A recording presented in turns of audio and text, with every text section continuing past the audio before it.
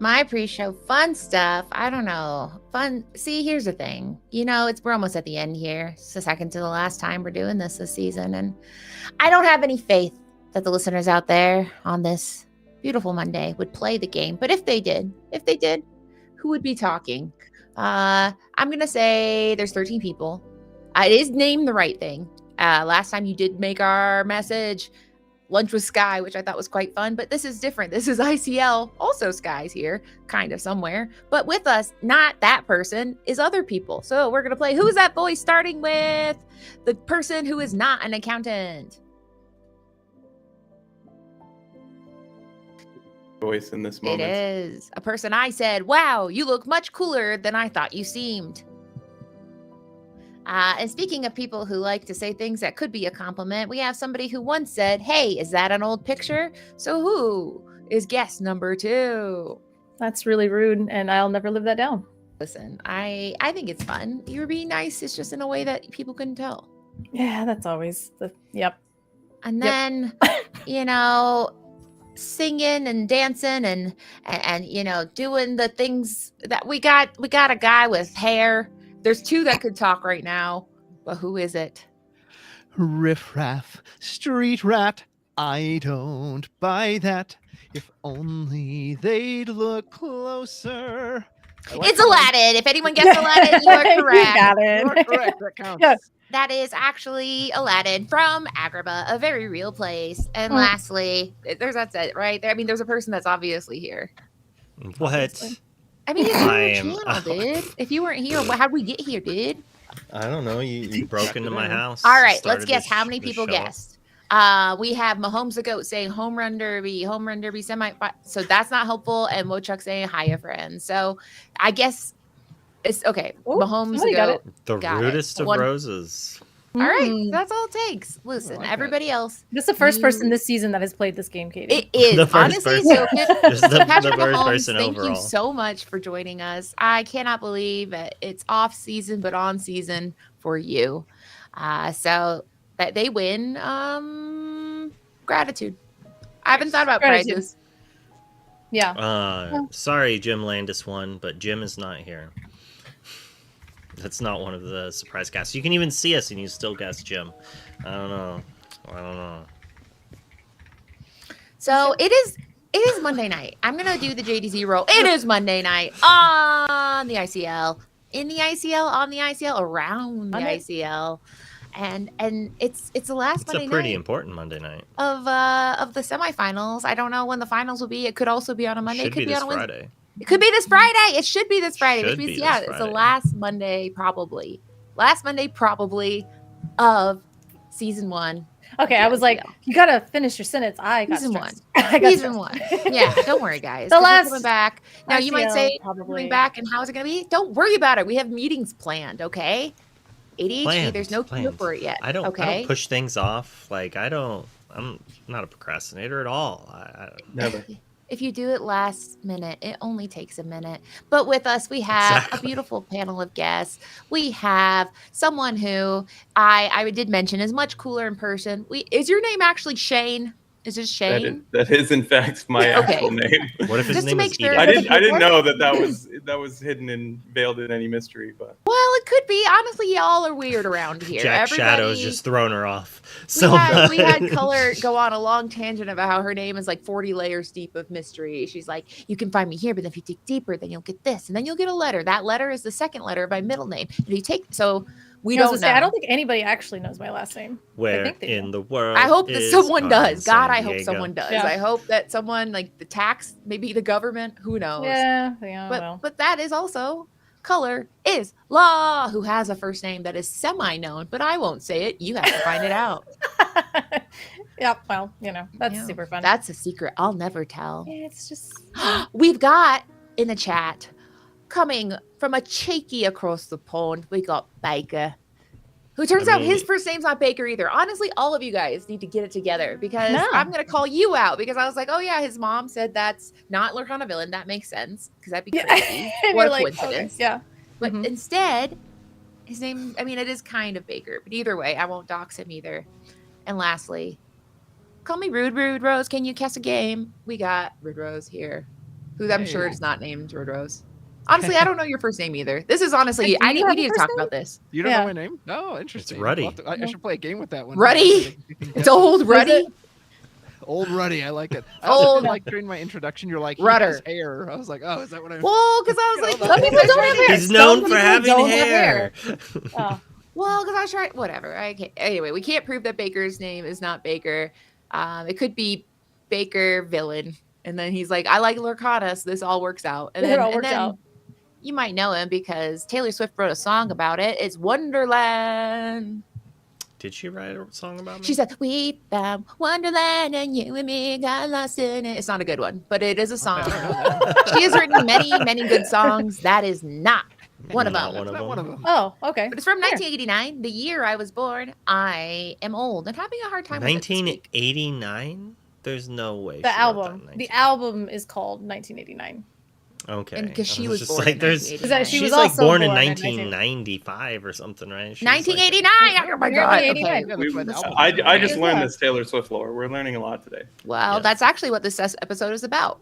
We are going to take the next hour TJ to Parker. start with. No, She no, was no. not wrong. You know what? All right. We're just gonna jump right in. We've got Riley from Team ETB. He's gonna enter the battlefield. He has high placements in the GTA Disney Lorcana League. Store champion winner each set. Hopefully he won yesterday. Otherwise, that is a lie. He can also make minute noodles in 56 seconds. Look at that, 4 seconds fast. Al Can you do dente. that? I Probably, don't if know. you Al wanted to be a dente in little- 56. We got to get the Guinness Yeah. Book of World Records on the line right now. Right now, how to make not great noodles. You've blown. Someone says we're blowing someone's ears off. Is it me specifically blowing That was someone's probably ears out? me going crazy. Okay, because honestly, who knows? Who could be Yep. blowing whose ears off? But anyway, sorry, New Zealand. Sorry about that. But I mean, the Riley, entire country of New Zealand. We apologize. yeah, and Sorry, honestly, gotcha.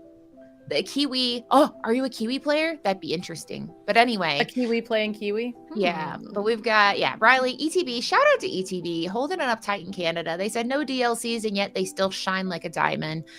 So Shane, who do you see here? Who is this whimsical fellow who seems friendly, but you wouldn't know it by his decks? He is quite friendly, despite what some may say. A friendly Canadian, Joseph Quigley, a man of many names, Pandemonium Heart, Quigs, if you will. Top 16 DLC North American Championships. I think he LCQ'd into that one, so quite a weekend for him. Top 32 in DLC Chicago. Winner of the Critical Hit Gaming 1K and runner-up of the GTA Invitational 2K. So pretty impressive resume overall. And he's just so nice, but he's like, I'm going to play bend to my will, or bend to your will, bend He's to one will. of Either- those. Yep. Yeah. Have you ever met a It nice person is. that plays it? Now you have. You know, I did play him recently. I may have gotten bend to my will once or twice. And I bet you didn't feel Yeah. like as bad as you would I still normally. think 'Cause he he's a good probably guy. Yeah, was. you still feel. Yeah. Yeah, I was like, That's it why still he's feels so bad nice in real though. life. He's- Yeah, Yeah. It's because his it's decks the really are nice spicy. people you have to watch out for. It's a survival Luckily for us, instinct. He's just He's- taking it out on his opponents in card games. Yes. Mhm. Yeah, the people that smile and you're like, uh-oh. Oh yeah, like when your Straight up. How opponent many is cards really did you stressed have? and they sit Yeah, back exactly. and they're like, "Oh," you're like, "Why are you sitting back?" And they're like, Yeah. "Oh, it's fine. I'm not because gonna I've win got next this turn." locked up and you're in danger. Ugh. Oh yeah, so that is one of 3 of the ETB. So who is? We're Well, just our rhyming next- all the time tonight. Our next player is someone that some people didn't think were going to play tonight and has let his teammates do some of the other lifting recently, but he's back at it again. We have Oh, Elias, The who wants to bad tell us boy of about- Disney Lorcana. Yeah. really? I mean, I don't know. I think Color wants to tell us. I saw everything him about Well, it. no, literally no, it's pick okay. the child, like a child said, "Hey, can you sign my Ariel Spectacular Singer?" And he said, "Ariel's stupid." And I was like, Oh, that's crazy. "Whoa." That's Yeah, so like crazy. some people from Canada are really nice, but like sometimes they concentrate all the meanness in one person. And you think and, that that's Habibi? That's the lore? Okay. Absolutely, yeah. Oh, No, I fair don't enough. know. I wanted you guys told me to sell the bad this thing. So Color, tell us all about Habibi. Top 64 DLC Fort Worth, top 32 DLC Toronto. He's a holiday enthusiast, okay, and 55th in the world in Lorcana rank, which is real internet points that are also fake, but they 55th in the world. Well, though. there Okay, is fair. real data. I know. I was like, Yeah. wait, hold on, These wait, fake internet wait a points. minute, wait a minute. Some Yeah, of this them isn't are hot or very not. highly in these fake internet Yeah, points, this and is they the don't one wanna thing that end. actually does This is matter. slander. I just Like- wait. Okay. Yeah, I you're said like, it oh in yeah, the- Eeyore Lorcana, what's that? Like, just how Dude. well you've done in tournaments? Yeah, I wonder exactly, if I yeah. look up your internet points. Yeah, let's see. Literally Dug deep enough doesn't to have show your real off. name. It doesn't. No, I'm on there. If you've never done a DLC, Uh-oh. No, I was like, Anyway. I don't even know. Like, can you get to the last page? Like, I mean, yeah, you could just tab to the last page Oh, really yeah. easily. So you'll find me on right there. on there. So if I'm on there, color is law on there. Very nice. But either way, Habibi, who's actually, I He's thought he'd very be in nice. I was gonna person. say I met him. Yeah, I met thought- him in yeah, I Texas, and he thought- was like really like I met him and kind of was like, huh. And then he was just a dude. He's just a nice Well, guy. I do have and he was one- like, Just a yeah. guy. Can I say one Yeah. negative thing about him? Like, if we're gonna do Please. that, Please. I heard him. Proceed. He was doing really well, and he made. I think I was supposed to put this on his card, and I forgot to. He made day 2 of the Friday, the 10K, and he was very excited. And I heard him doing an interview, and I heard him say the word Vinnie, or I heard the word Vinnie, and so I no. was like, oh my god. Are you running Vinnie, being excited? And he went, no. And he said it in a way like I said, like, did you eat poop? No. And I haven't Yeah. recovered from that because I was like, it was the second time I talked to him. And the first time was quite nice. The second time I felt silly. It didn't help that he was standing on a stage. So he was like 5 foot above me saying no. And that felt, Yeah. And Felt but rough. you still think that Vinny is good. And you know what? I'm applaud you right for that. in a certain point of view. From a certain point of view, I'm right. He is cool. Yeah. I mean, Jack Shadows was just also talking down on it, right? Did I He get gave, Yeah, and that actually, right? he gave like everybody- a no one he gave like a liked TED talk on why it was bad, and you are sticking with your guns, and I appreciate that. Listen, about rotation's you. coming any minute, and then everyone's going to be like, oh my God, guess what? I'm so glad I hedged my bets. Everybody. Everybody. Vinny Listen, has I his don't believers. I'm sure the Vinny believers is happy to have you on that side of the squad. I don't know if there's anyone there. Yeah. Who's on the Vinnie Believers team? Like, who's You? there? It's just Yeah. you. Like, with you're the- leading you with the- the like. leading Yeah, the I was gonna charge. say, you're the one It's putting me, the cupcakes and on then the table, and then like everybody nobody else else is is in the on the room. stage Yeah. Everyone's like, we're all Yeah. looking down. Yeah, up I think here. Scythe is not a disbeliever in Vinny. Yeah, okay, so I, we I have think close. at one point he was That's leading the close. charge. I don't know how he feels in present day, but we Well, have he wants to play the agnostic Vinnie mid-range believers. version. He thinks there's a lot of the Amber Steel aggro, so to combat Amber Steel aggro, he was playing a more mid-range version. It's just the traditional TCG thing. You just go a little over the top, and that's kind of what he did, playing the Be Our Guest, and then he cut the piglets and whatnot. I don't know if that's what he's doing tonight. If he's even playing tonight, who knows? But one person who's playing tonight, he's going to go to infinity and beyond. It's Oh Zachary my Bivens. gosh. For the last Aw. time, probably. I mean, if he wins, he'll get to play again. But I mean, soon he's getting kicked off Billing Club and right over to another team because So he has it all. sorry. This is Zach Bivens. So, I mean, Luke, tell us about. I mean, this is Zach Bivens. This is a cohort of yours. A cohort of mine. Yeah, you What a guys hung out. word. You went to Worlds together. we are world's friends. Yeah, Worlds friends. World's friends. Top 8 DLC North American Championship, DLC World Championships 2025 qualifier, first Lorcana Cross Continental Champion. I heard he did Oh, pretty yeah. good at Worlds. I heard people liked him and he did pretty good. Didn't he make day 2? Did I make that up? I'm Yes. pretty sure. Oh, Color made was like, like- a is that good face. No, I was just okay. like, you're like, I heard he did pretty good. I was like, like, Oh, I pretty thought you were good? like, that was Color is crazy. judging. No, Okay. exactly. No, because I remember it was Bivens and Mo. They were like the first round of That was a the heartbreak. day 2, That was- and it was, that was I messed up. literally like, I was like going to bed and I looked at the pairings and I was like, I'm gonna cry myself to Yeah. sleep, and then Nope, I'm gonna be not watching stressed it. all morning. And then I did watch it, and it was a very I sad mean, time. Yeah. That's one of the problems with Worlds being so small is you want everyone to win. You know everyone, you're friends with everyone, so it's like. Well, and then Mo had, that's like, the one got nice thing Sailor the about day before. DLCs is, like, you don't know your opponents, so it's much easier to play and not have anything to it. Whereas Worlds, there were aspects where it's just like hanging out with your friends and playing games. It did I would like to point- alleviate some pressure. Someone pointed out, not remembering he was top 4 is rough. I would like to point out, I am so wrong about getting anything wrong about, like, one time I think I said, like, oh yeah, Luke, who won DLC Toronto, and you're like, Seattle, and I'm like, oh my God. So I'm just like on eggshells. If it's not written and I'm reading it, I'm not saying it, because if I get You're it like, wrong, it'll be like top 8, more like top As- 4. And so I'm As just, Ed I'm Lorcana said, didn't win, not good enough. True. oh my Oh, God. dear. Yeah, not done. So at 28 players, work's not done. So DKP work's done. Good for him. Everybody else, we got to clock in. And Oh. speaking of Yeah. people who are just adorable, and I was trying to think of a slow bro joke, but I got distracted. It's I think that distracting. works. That what you just did was like pretty slow broy. Yeah. Kind of after the fact. So Shane, Out in tell there. us. This is I like to do the popcorn. All right, Shane, you're on. Who is this? This is Wochuk. If you've ever been in a Lorcana Oh, Discord, bro. you've probably Oh, seen bro. this name around. But top 64 in 3 different DLCs last year. Can he repeat that feat this year? We don't know. There's still time. There are 3, so that is. No. That is 3. For, Best you 3 can for do is 3, he'd be pretty Very happy, luck, I'm sure. yeah.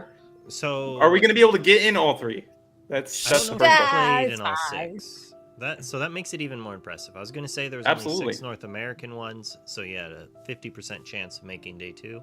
But I don't remember seeing him in Toronto. So that's a pretty high percentage. So I would expect him to at least do it twice. I will round up in his favor. 2 out of and 3 I would times. expect to see at least 2 day 2s in season 2. And I think he's a Well, fun fact, he had to consistently very beat good player. me, myself, and I in the last round of DLC Texas to make day 2. So if Oof. we can duplicate that, and I love a long good as one of you competition. makes it. So Well, I mean, to be fair, let's sometimes do it again. our dear friend Lofi beat Wonder, and then he got to cast here. So sometimes you beat somebody, that is you leave a good memory it here. is a great way to get in. There, Wochuk played it's a in great way to make 4 friends, DLCs. play against people. Absolutely. Like, Wochuk is in I the still chat. chit chat Wochuk is with a few. saying, "I'm gonna do it all." So he did 3 out of the 4. So yeah, I guess that ratio is good. So 2 out of the 3 will kind Extremely of. good. That's how math That's- works, right? He's losing percent. Like he had a 75%, and we're only expecting a 66%. Like Yeah. that's You easy just got it for in the him. bag. Yeah, nailed Yeah. it. He almost, I mean, yeah, he almost has a playset of let's it go. That's not how Let you them run. go. Let him it go. gone. Let him go. That's what it's Yeah. called. We have It's multiple. like Let the him Mario go. version. Let's it Yeah. go. Yeah. Yeah. And as Shane them was gone. bringing up people who beat other people in the last rounds, this player took me out in Texas the round before the last round. Like But took it you was out basically to dinner? it, Out well, back. I wish he took me Outback. out to dinner Yeah. after beating me. Yeah. So I did not you make day deserve 2, dinner and- afterwards, but Yeah. Well, I think you got revenge this Saturday, perhaps. But was you it this know, year? Well, I was gonna say, That champ. Sky is another person that I got to meet in Texas, and I was like, you're like, you interact with people online, and then you meet them in person, and you never know how it's gonna go. And Sky was another. I was like, oh my god, you're like full of energy, and you're super fun and funny, and like that's like, weird. Oh, okay, cool. Because Yeah. he said like, hey, can I have $5? And then like he just walked away, and I was like, oh, what was that about? I don't know. I saw him yell at a lady too, so I don't know what that was Wait. about. But You saw Sky What is yell at a what is lady? happening? yeah, I just Katie? want like what are I we was trying to going make them through? villainous. You guys are like Oh, talking about how nice okay. everybody is. Yeah, I he is don't the know. villains All right. king. Yeah, geez. He did. What did he? He did say something that was funny. I like you're like he No, said one. He did what he did say one thing, and I was just like, "Oh, that was a lot of curse words." And then I was like, lot you of know, curse like- words. Oh my goodness. All right. So I mean, I Luke, tried. you- Okay, I tried. You went on a date with a gentleman. Tell us all about Sky. It was nice. Not about very the date. gentlemanly. You don't have to. That's private. A gentleman never tells. But I don't kiss and tell. I mean, okay, so I'll read it. So he got he got Twitter pated. He's like, listen, it was really nice. We went to Outback Steakhouse. I was like, "You gave him a evasive? That's crazy." Yeah. So first place at the World Class Cards, 5K. He top 16 at DLC Chicago, and 2-time the back tournament winner. You know, beast mode as they would call it. I don't know. Is that a beastie joke? I don't know. Either way, it sounded Dude, like those you're are trying to make villains. fun of B squared. yeah. I'm gonna keep. Yeah, you're let's just like, dunk on I'm trying to these get on the players. Yeah, like, let me just Villain like Club let's finish it. Katie. Yeah. Yeah, Villain I'm Club gonna Katie. be Yeah. Villain Club This Katie. I'm ICL not is Villain weird, Club. and I don't know what's going Boom, on. roasted. I mean, Villain Club is one of the teams that is losing at least one member. In Zach, But, who's like, going in to a good Southside way. Games, Yeah. and we're probably going to require more members guaranteed to make scheduling easier. So who knows, Katie? There might be a spot for you to fill in on the good. team. Oh, there you go. Next You're gonna season, be like, yeah, Villain we Club definitely- Katie, like. I let me cut me loose, dude. I'll be mean. I was gonna make a little mean thing when I joined, and I didn't, and I'll save it. But now we can go around the clock, around the door, horn. We can go around the horn and say, who do we think is I gonna think win? it's By the way, copy. I was right. I said that Lorcana, the child, the little angry child, was gonna win, and then SLT would then take it, and that's what happened last time. You guys don't remember? Okay, What- it was You're a SLT. visionary, It was Jack. like I a couple do. days ago. Serrano. I said Serrano would win, and he did, and then SLT ended up winning. So I feel pretty high on my betting abilities right now, but I'm not gonna. So Color, who do you think's gonna win? I think, I don't know. These are like good players. This is like semifinals. This is awful. So I think. Oh no, Lucas is in the I- chat saying I'm the little angry child. Oh, yeah, Luca. Oh my God. I was like, what are you talking about? I got have his no last idea. name, isn't it Serrano? Serrano? I don't know people's real names. We went. I through make this. the No. cards. I know a lot of things. Oh yeah. You're like, I know a lot of things. No, no, little angry child. Jesus. It's like, that's Luca. He was grounded. Yeah, he and got now out he's of not. jail. Yeah. He's no grounded. longer grounded. Yeah, The he got out of lore grounded. has He was lifting twisted. up deck boxes, and then he like Mhm. punched somebody in the face. And by somebody, I mean he punched somebody into the shadow realm. Rude. Okay, so it was Shadox. Okay, so I think just because I'm gonna go Villain Club. I feel like there's a lot of good players on both teams, but just because this is Zach Bivven's last hurrah with Villain Club, unless they win, so that's what it is. It's going to be his last hurrah unless they win. So he's going to need to win so they can go to the finals and he can continue to play with the Villain Club. Mm. That's Yeah, what it that's is. right. The He doesn't want to motivation. be the last time. That's a good point. No. So we'll go counterclockwise. Rude Rose. Well, I always go based on the logos. Kind of weird, like on their playmat, the sword actually has a point to it, but at least the images we have in front of us, there is no point. And the Radigan kind of like skull, I've always been a big fan of. So based on the logos, I got to go with the Villain Club. Just off the logo alone. That's what I always do. I'm consistent. I mean, they have an updated logo. We just kind of forgot to coordinate to put that there, but they haven't updated on their cards. You might have seen it.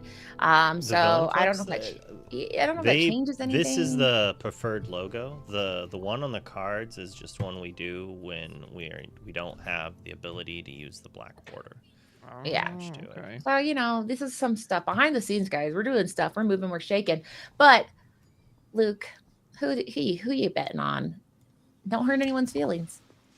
Well, I like to hurt people's feelings, so maybe I'm a Villain Club fan. I've gone for the sweep each week, and it's not. It started off with triple sweep, and then they're like, no, and like I voted the wrong way, right? So I was like, they're gonna win, and they get swept. I'm like, ooh, maybe I should not. But you know, 1, 2, 3, Just Rodney Villain Clubs Dangerfield it. mean like me, 3-0. Villain Club 3-0. Wow. Shane, what are you thinking about that? Okay. Villain Club, great team. All-star team, maybe, depending on who you ask. Give me ETB. Nobody's giving them a chance here. Habibi. is Everyone a loves an master, underdog so- story. I haven't watched Rudy in a while, so this will be the sequel tonight. ETB, let's go. I don't really. Okay, so ETB. Maybe that didn't make sense. I don't know. I think it made sense to someone. I bet someone out there's like, I got it. I thought it was quite humorous. I liked it. And I think that ETB has they got a lot of rage up there north because DLC said, where should we go? Canada's not real. And then they just slapped them right off the mat. True. However, This is their DLC tonight. yeah, right this now. is the They wanna only stay chance alive. they have for competitive play is they have this tonight. So I do think they have a lot of rage. However, I do think the Villain Club, like you mentioned, I mean, they got Baker's he's laying in bed with his nightcap and his little candle as they do in England, you know, like the nightgown and then the, like, you know, how they walk around the halls. And the tea. Yeah, that's what Harlan told me. That's Yes, what happens. they're always like, here we go, time for Mhm. bed with my tea and my candle and my little stocking cap. Yes. So they don't want to let them down. So I think they will get one win. But I think ETB, I really feel like they have rage right now. And that's something Canadians are mad never. Like literally never. And so I think it's going to be 2-1 ETB. But I think somehow they're both going to win. And I'm going to be like, wow, how did that happen? Somehow they're both gonna win. Yeah. And that's I where mean, I'm we're at. all winners here, Yeah. except for But, the one that um, loses. Except for the one that loses. Everyone's a Yeah. winner except for the loser. Yeah, pretty much. Whoever plays Vinnie is the Oh. winner. And I don't think that's anyone. So no one wins. There we go. 0-0. End the night. You've already lost. Already Everyone lost. Yeah. Oh, wow. All right. Well, it's time for round 1. And round 1, I'm not casting. All right. Raise your hand if you're casting round 1.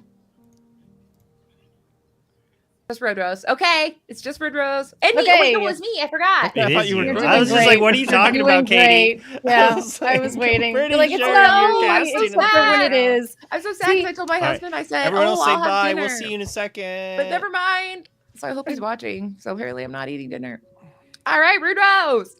We're doing this, and this is a tale of 2 people here. And the tale is Habibi, who is playing on Pandemonium's mat. Already, that's kind of villainous, let's be honest. True. But we're going to find out in a moment. I haven't sent... Wait, no, I guess that isn't Habibi. He's wrong. I'm looking at the lineup right now. It is Pandemonium. So don't worry. He's going to... Luke is going to update this because that's not Habibi. Okay? It just isn't. There we go. That There is we Joseph go. Quickly, Pandemonium Heart. And starting with inking Ooh. Basil Baker Street. I And believe pass. that's on play. It makes a discard. Let me pull it up for us because I know that is, it's kind of a late game card. So to be honest, it makes sense. Basil, he says. Oh, whoop, I put it on the wrong side. Hold on. Make it player 2. There we go.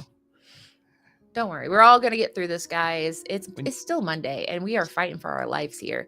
So he's But a- while Sorry, he's a 5/4 quest for 2/7. When you play this character, you may return chosen character to their player's hands, and then whenever he quests, chosen opponent discards a card at random. yeah, so that's making me think, this man is up to mischief and hijinks. And that's what we said. This Joseph Quickly, you meet him. First off, there's no menacing aura from him. You're like, this is probably a nice person. And then you're like, wait a minute, what are these cards? And he's ramping on 2. He's playing Belle. We've seen Basil, undercover detective. I'm sorry, watch out, Zach. He's about to attack. But Zach is doing his own kind of stuff over there. This isn't, Zach Bivens has been known for many decks over the past 8 sets. But Sapphire is definitely not the Zach Bivens special. But here we have him doing Inking of Visions, playing a sale. And We could ramping be in as for well. a mirror here, Katie, because Zach took a blue-green kind of control item list 2 worlds, and we know it's blue-green on Joseph's side. So we haven't seen Zach's second color yet. Okay, red. Okay, so it's actually red-blue. Oh, The great. question is, will this be... So there was this new kind of aggro version that we saw actually very close to me in the St. Louis area. So I don't know if this will be that version, if this is more traditional red-blue, but so far it's kind of all the standard stuff you'd expect. As Tipo going to sing, the rare Tipo turn 2 sing saying, strike a good match. Now, granted, little children shouldn't be playing with matches, but in this case, Tipo's very happy to be doing that. Tipo is happy to be striking a match to burn this whole thing down. And honestly, let's burn it down because it is so disturbing to see Zach Bivens, a steel sweetheart here, playing this evil, sinister, absolutely diabolical deck of Ruby Sapphire, the most hated deck in all of Disney Lorcana, I would say. It's quite a pain. JDZ's out there somewhere because I know how much he dislikes Tipo being like, see, I told you that kid was up to no good. Now he's playing with matches.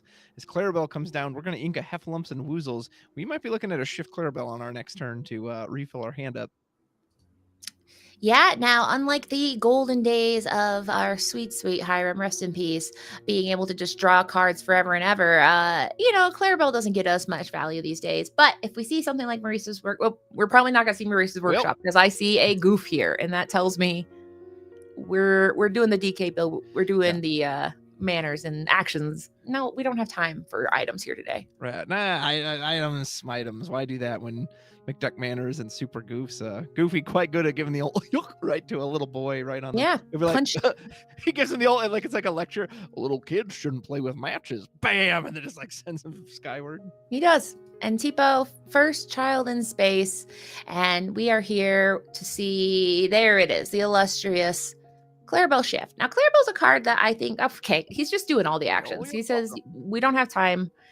We are going to go ahead and do You're Welcome. And I absolutely love this interaction, and this is something I'd like Mhm. to see them build more upon in the design space. That normally, giving your opponent 2 cards in hand, right? It's like, well, that's not a good thing. But this is one of those rare instances. No, please draw more. Like the more you have, the more we have. We will then draw together. Our card draw. Yeah, right. So it's kind of, we all win. And it's Clarabelle. Yeah, I mean, 5, she is perfectly. 6. Oh, Yes. that's a 6. So we're just back up to a fresh 7 as if we just started the game. Pretty good. Zach may be wishing he'd kept that Maui earlier if he doesn't have a second one. Maui can, of course, trade out the Clarabelle very nicely. But he did ink one earlier, so he may not have another. Now, granted, he did just get 2 cards off that Super Goof plus another draw for turn, so Zach should have plenty of cards in hand. But with nothing like a coil or any way to manipulate strength on the field, you're not going to be able to do anything like a Medusa. And so he's just going to ramp himself, seeing how far I'll go. Probably isn't going to be able to play an additional card this turn unless he has Popsicle. So Joseph is going to be very incentivized to just vomit out pretty much as he can if he can get his own items like Sapphire Quill into play. So even more he can ink to get a better card off a Clarabelle at the end. Yeah, now vomiting is not a term that, if you look up, it's not necessarily in the Disney Lorcana rules, but it is something that he is going to be trying to do. Speaking of things that make you feel ill, there is a chance. Oh, I put it on the wrong side. Whoops. Here we go. There is a chance. I'll just put on both sides how menacing it is. We might see a bend to my will. And the reason I know this, and I don't want to spoil it, but I was doing the Pro Play Summit down in Fort Worth, and people all through the room, I'd hear, bend to my will, bend to my will. I mean, Zach has a full 7. We get a nice peek. There's 2 sharks coming. There's a crab. There's 3 songs to pick from. 2, be prepared. As we get rid of 1, if we have the way to get rid of the second one, that can really hamper our opponent. We will not have enough ink to do a bend to my will to follow this if we're even running that. We're going to play Popsicle, draw. Would love to see actually a little more ramp from him here. That way we can just refill with the Clarabelle. Now, Zach can fire off that second Be Prepared this turn, but at least you're going to get another 2 lore out of Clarabelle. You will draw a bunch of cards, and that will be Zach's entire next turn. Yeah, I mean, it's...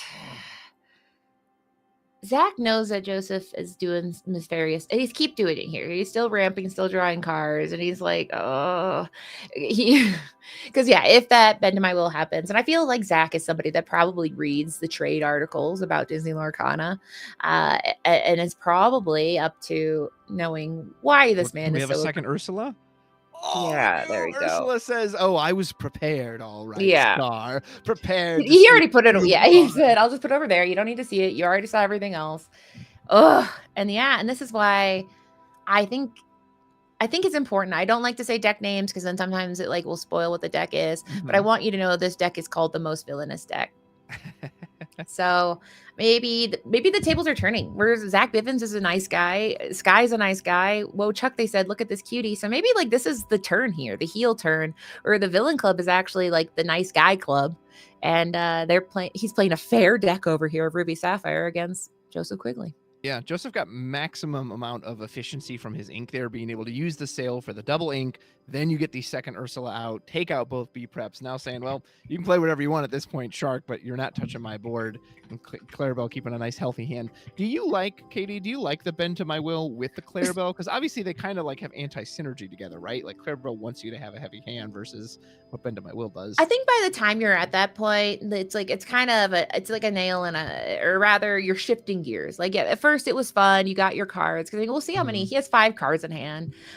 So I think it's just kind of to wait to that sweet spot where you're like, listen, we can have fun for a while. Let's have fun. But then you get as much value as you can. And then at the end of the day, she's still a pretty beefy card. Although in this case, she's 2 ink because we see Hades come down.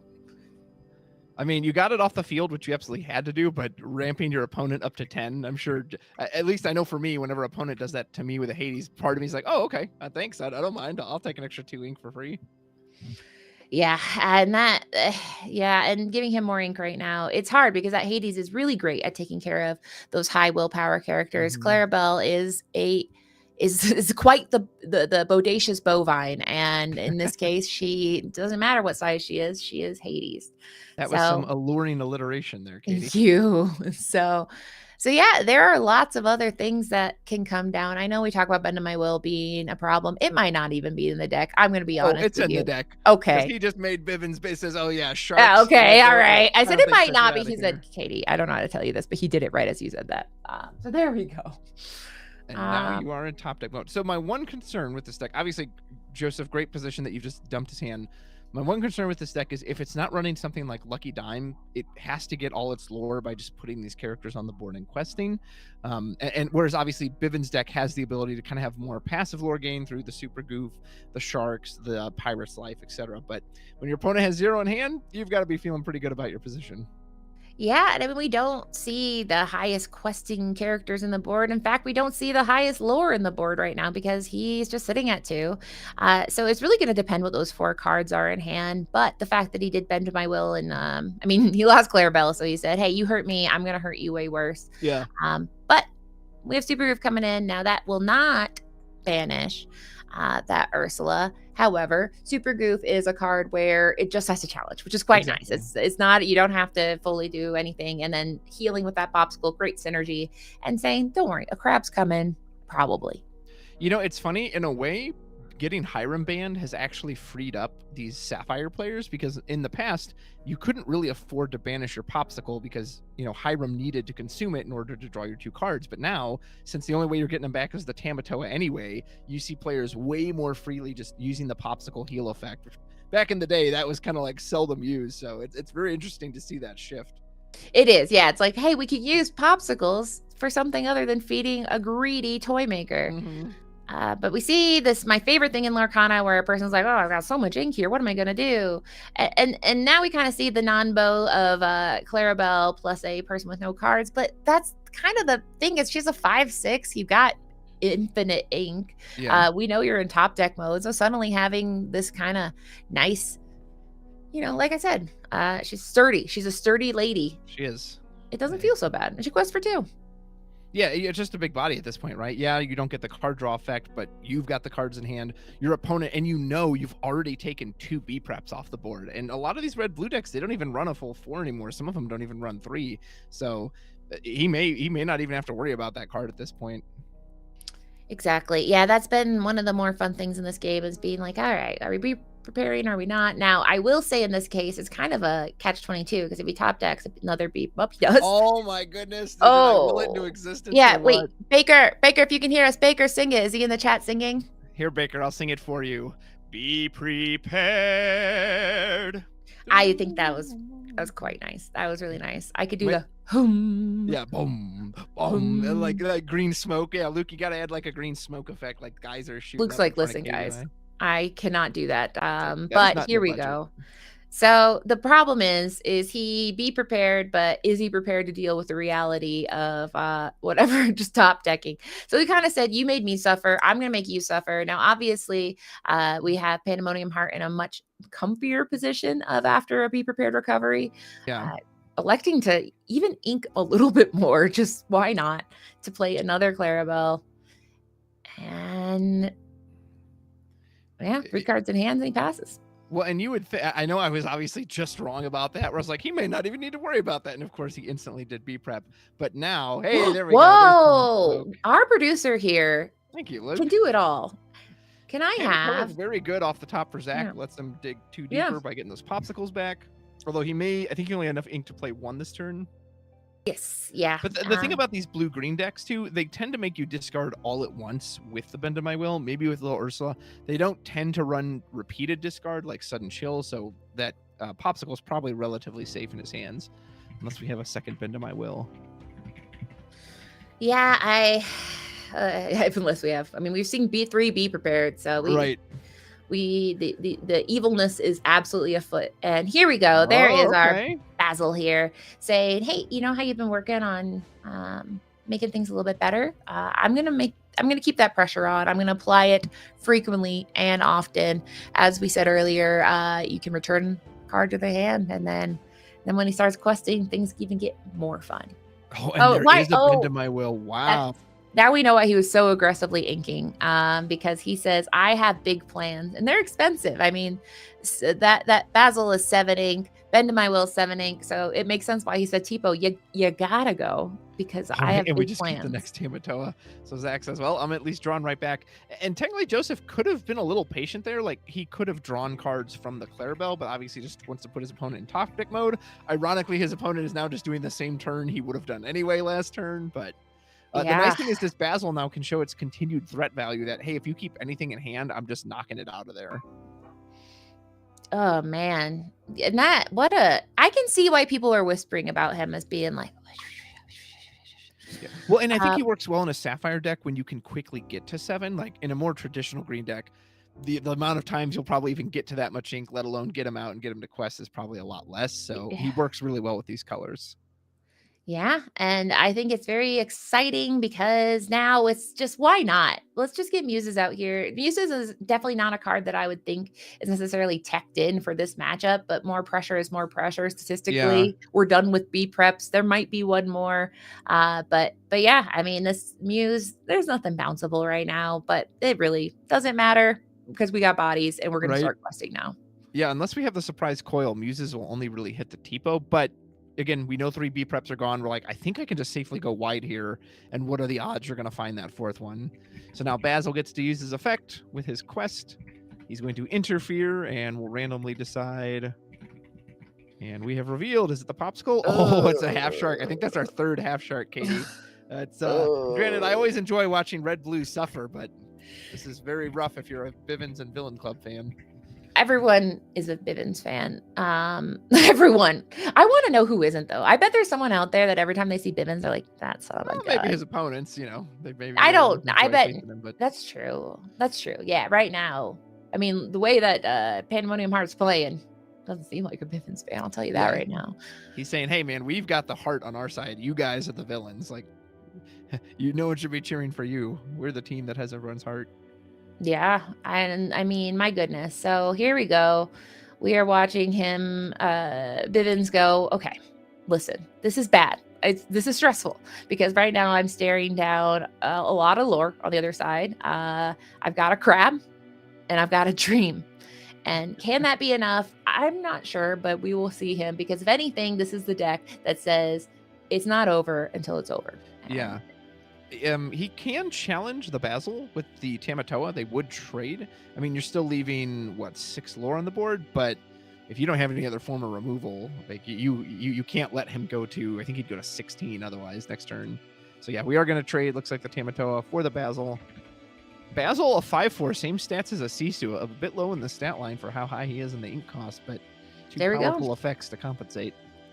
Yeah, so he says, I'm going to hang in because, like, we know, I mean, this deck, it's not a deck that, I mean, with things like Pirate's Life, it can come back from that back foot. We see 2 cards in hand and that Basil is no longer going to do anything menacing there. Now we see this Muse. Was she singing a song? I can't see because... I think she quested because the Lorcana went up to 9. Okay, there we go. And then, is that Heffalumps and Woozles? Yeah, we might. I don't know if that's mandatory, but what we could do is target our own Muse, and then we can just bounce our own Muse as well. Yeah. Which may be why he quested with it first, so that he can then just replay it. Yep, and that is a very, very important thing. Muses can be used on quite literally any character, 2 strength or less. We did see that come up in a game we watched where somebody put their character in a cove, and as a result, they could not bounce their Muse. It was very sad. But in this case, he doesn't, because he says, "Listen, what are you going to do? Super goof?" And the answer is maybe. Watch out. But he's still feeling pretty comfy, paying full price for a bell, not even doing it for free, and then playing Clarabelle to destroy a popsicle just to say, "Hey, very nice. I'm not here to make friends. Sorry," because he's Canadian. And we're going up to 13 one little sorry with 1, 2, 3, 4, 5, 6, 7, 8 on board. So Zach needs to find that final B prep, and he needs to find it now. Yeah, I admire Joseph paying full price for the bell there. Like, he had the extra ink. He had no reason to just banish popsicle for no reason. And Oy. I'm assuming if Zach had B prep, he would just slap it down. Okay, so we're gonna dig one more, see if we can find it. Oh boy. So He did. Wow, the 4th be prepared. I cannot believe that. Teeth and ambitions are bared. Be prepared. Like, wow. yeah, I he thought says, he was toast off that card as soon as there's our smoke. Thank you, Luke. Like, and I think he deserves a little be prepared as a treat because I think Pandemonium Heart has been being a little okay. That's not nice. That's not nice. That's what he's supposed to do. Bivens is supposed to be prepared and play a McDuck Manor. However, in this case, we see Joseph say, "Have you heard this one before?" Right. You play be prepared into a manor and then a bell, which is devious behavior. Zach would love probably either a crab or a half shark here because you need something to be able to threaten this manor pretty quickly. And then, like you said, I've seen this deck even on the brink of defeat with that Pirate's Life and those half sharks suddenly claw its way back into it. But he needs it right now. And considering how long he's taken to think, I'm guessing he didn't draw anything he's completely in love with. He's not super in love, but There's some affection there, but all right. yep, So A scoops it up. Wow. And yeah, first one will go to Joseph Quigley. Congrats to him on taking game 1. and that was scary. That was scary, if we're gonna be honest, because at first I was like, okay, well, Zach Bivens is the villain here, but then looking at the deck list, Zach Bivens is just RB. Just RB, nothing. And then, we literally have Joseph Quigley spelled and capitalized as the most villainous deck. So I really love that this is a role switch. Will we see this all night? Will this be the thing where ETB shows up and they're like, guess what? We're kind of feeling a little devious. Yeah. Katie, he might have been paying some respect to the clock there. Joseph didn't have the win on board, so technically Zach could have taken another turn, but maybe realizing, you know what, I would still have to go near 0 to 20. There's 40 minutes left. It's not even worth it. I've lost all my board wipes. Let's just go to the next one. Incredibly good point, because these two decks, they're control in different ways. One is trying to control your hand size and just really kind of make sure that you don't have answers. The other one is, classic control, where it's controlling the board. So I think the two of them together, they know that if they don't play their cards right, that we're sitting here at a draw. And then, as we saw on last Friday's match, we went to Sudden Lorthal, name under review. But basically, we can't tie. You have to win in 5 turns, and both of these decks, it's not fun. It's not fun to do that. It's not ideal. So let's just go ahead and win the good old fashioned way. Absolutely. You seem to have a little smirk. Are you seeing a funny in the chat here? Oh yeah, I always try to catch up on comments between rounds. So yeah, I am excited about. I'm sure lots of people are saying, "Boo, Zach Bivens, you're so." Just kidding. Everyone's cheering him on because this is so hard. Well, and so I always like to ask between matches, do you think there's anything Zach could have done differently? Honestly, I think he kind of got hosed in the wrong way. Like, he really didn't want those B preps that early when they were, Joseph was able to pick them out. That's something you'd actually put on top deck later. So being able the double Ursula was devastating. It was just devastation. I think he got pretty close to turning the corner, but like we said, if you're trying not to go to times, this best of one, I really do think there was a world where maybe he could have done something. But knowing this isn't best of one, knowing that he has to win, it was just really difficult. And knowing that even in this non-items deck, he was able to use item removal, which is pretty rare in most deck these days. Most people don't fear items as much as they used to. So I think Zach played the way he could, but it was just everything. Even be prepared into a manner on the other side. It's rough. So I'm excited to see him play first here and see can Joseph pull off a win without having a bend to my will.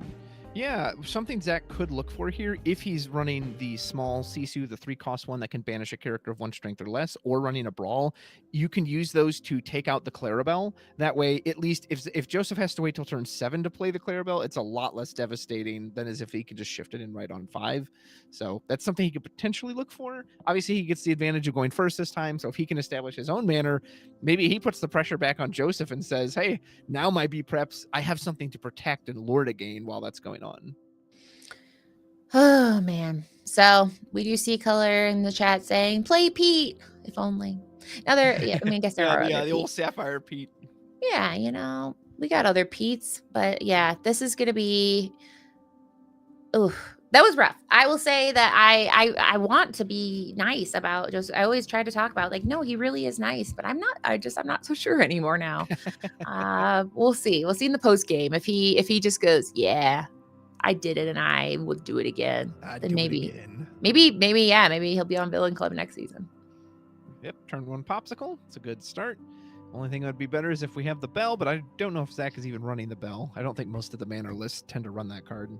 No, I've seen that definitely fell out of favor. It kind of it's very funny watching the first few turns of the Shark Manor DKP style list. It's kind of, I don't want to say boring, but it's a little predictable. The only time it's very exciting is if it doesn't happen the way. Then everyone's screaming. They're like, no, ramp on 2. Right. But look, we got ramp on 2. Because if you don't have it, you send the whole thing back. Well, and I was at a set championship yesterday, and there's a lot of Sapphire players, and we were talking about just how consistent the ramp is nowadays. Whereas back in the day, it was a lot easier to miss. If you're just relying on one jump or Mickey, whichever your preferred option was. But with the T-pos and the sail, like it's pretty rare. Like I usually my eyes will light up. Oh, you're actually not ramping for once? Oh, sweet! I've got a chance. Let's go. So we see a sail, which means he's gonna play a sail. Is that what's gonna happen? Because that's the only time. It's like if you ink a sail, it's because you're gonna play a sail. Otherwise Joseph is throwing us for the ultimate. It could be a T-po though. It's a T-po. The Sapphire, the two things. Is he gonna T-po or is he gonna sail? I don't know. It could be anyone's guess.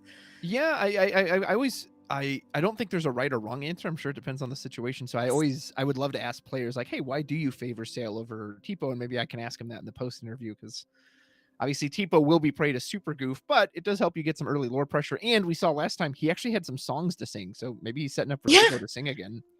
T-po says, "Don't worry, I got a song in my heart." He does. He's like that. He's gonna be that cow card has set my heart, and he's gonna be giving. Oh gosh, the worst card in the game. Yeah, right. People have to spell cards because I'm like, how many A's? Oh my goodness. Right. And then it's a song, and people are like, oh, what song? I don't know. You don't know how to set my heart. And here we go.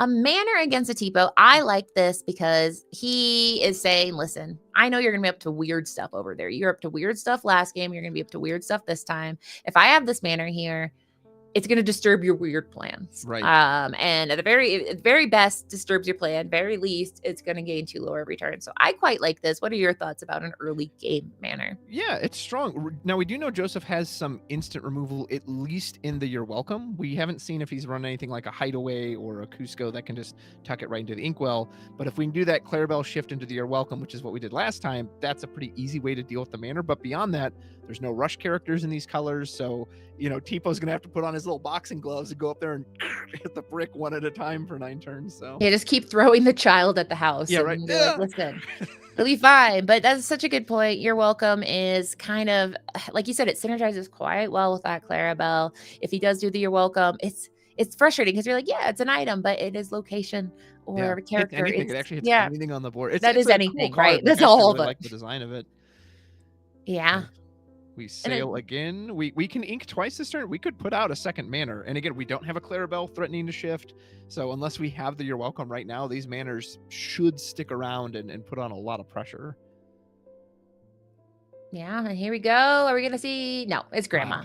Grandma's. We love Grandma. Yeah, you can't have an empty manor. Somebody's got to live there. And Scrooge is apparently on vacation. So it's Lady Tala. She's coming in. Lady Tala, I quite like that. She's a keeper of ancient stories, and she's here to help you, draw some cards, and then maybe, just maybe sing if she wants to. I don't know. We'll see what Grandma's up to, but she definitely could take down that child if in a pinch. Oh, absolutely. Yeah, give him a spanking if he's a bad boy. I don't know if Zach did it intentionally, but it looks like he moved his popsicle into the manor, which is very funny. It's actually not a thing, but I like it. It's not actually permissible, but it is if you physically do it. Yeah, right.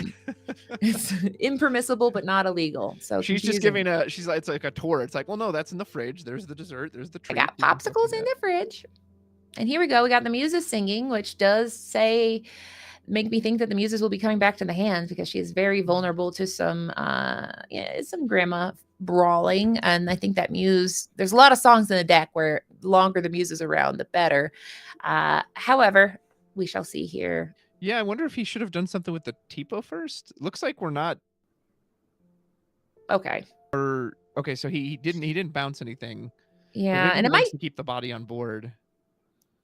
Yeah, because he can technically. I mean, so the first one has resolved. I believe you have to go ahead and do the He first did one. Now the he I'll could let do it it this go. time. Yeah, he could do it. Although again, like if you were gonna bounce your own TP, unless he could protect the muses, of course, then he's gonna have to Yes. pay a full 4 to get them back out there, which is a bit expensive. Well, But and we've the muses seen. on its own won't be banished by the Tala. Zach would need like a Maui or a Super Yeah. Duke, something like So he that. says, you know what? We're good. We're good. We'll keep what we got on board. To your point, that tempo loss is a big thing he's thinking about. There is that all, the scary. Okay, not so scary because we don't have Ooh. any Vitalosphere, but now we do have a shark on the board, which means, hey, you're welcome. Can you come back? Because we got a problem on our hands. And now Grandma Tala says, you can't sing that song. That's from my movie. And then she sings, no one knows how far I'll go. And she'll gain 1 lore from the half shark beside her. That's really nice. I like you. it. Passive income from a shark and a nice song from Red Rose. And so here we go. We're going to go ahead and ink Tipo. We don't need Tipo where we're going anymore. And develop your brain. So this is one of the other benefits. So yes, the banner is gone, but we're still getting passive income. And by passive income, I mean passive lore gain. By every time an action is played, shark is saying, and that is going on the board. Yeah, develop your brain. Another card that really, it kind of just got replaced by Visions outright when that card came out. But with the shark and with the way it interacts with Sail, you always have that 1 extra ink. Man, it's great. And again, right, it essentially says draw a card from the next 2, whichever one you prefer, and then attaching a lore to it. Oh, yeah, it's It said hard. gain a lore. Oh, I love that. Any yeah, card yeah. that says draw a card, gain a lore, I instantly like it a lot more. You're getting quite a lot of roses, some red roses in the chat for people for your singing. And now I'm not doing it. You can't pay me. And here we go. Another you're welcome. You're welcome. I said we need it. And he said, don't worry, coming up. Yes, chef. Heard chef. Right. The irony of it really funny because Maui is the half shark, and then his own song comes down pointing at him saying, what can I say except you're welcome, and sends that half shark packing. Now I will say, without the big Clarabelle on the board though, giving your opponents 2 cards is a lot more detrimental when you're not also kind of getting that residual effect from it. Well, let's see if he does it, because I know this man is up to evil stuff. Ooh. And he does it. So there we go. He says, we're welcome. We're welcome. Yeah. You're welcome. Actually, we are welcome. Yes. So now suddenly it feels good. It says we're going to draw cards. Now, be prepared is scarier than ever right now because he has invested a lot of resources here. He is at 0 lore. He has just been spending every single asset he has to just get it to this point where he has cards in hand and can bend a will and build back. But yeah, be prepared would be absolutely devastating. We haven't seen an Ursula's entire game. But that's one of the things I like about Clarabelle is, like, let's say this board does get beep-ripped, and yeah, it sucks to lose him, but at the same time, you paid 7 to draw 5 cards. Like, I think you're okay. Like, if you had a card that just say pay 7 ink, draw 5 cards, that might see play. This one's attached to a body, so he at least it at least gets value, right? It's not like he had to wait a whole turn before he could get something off of it. So here we go.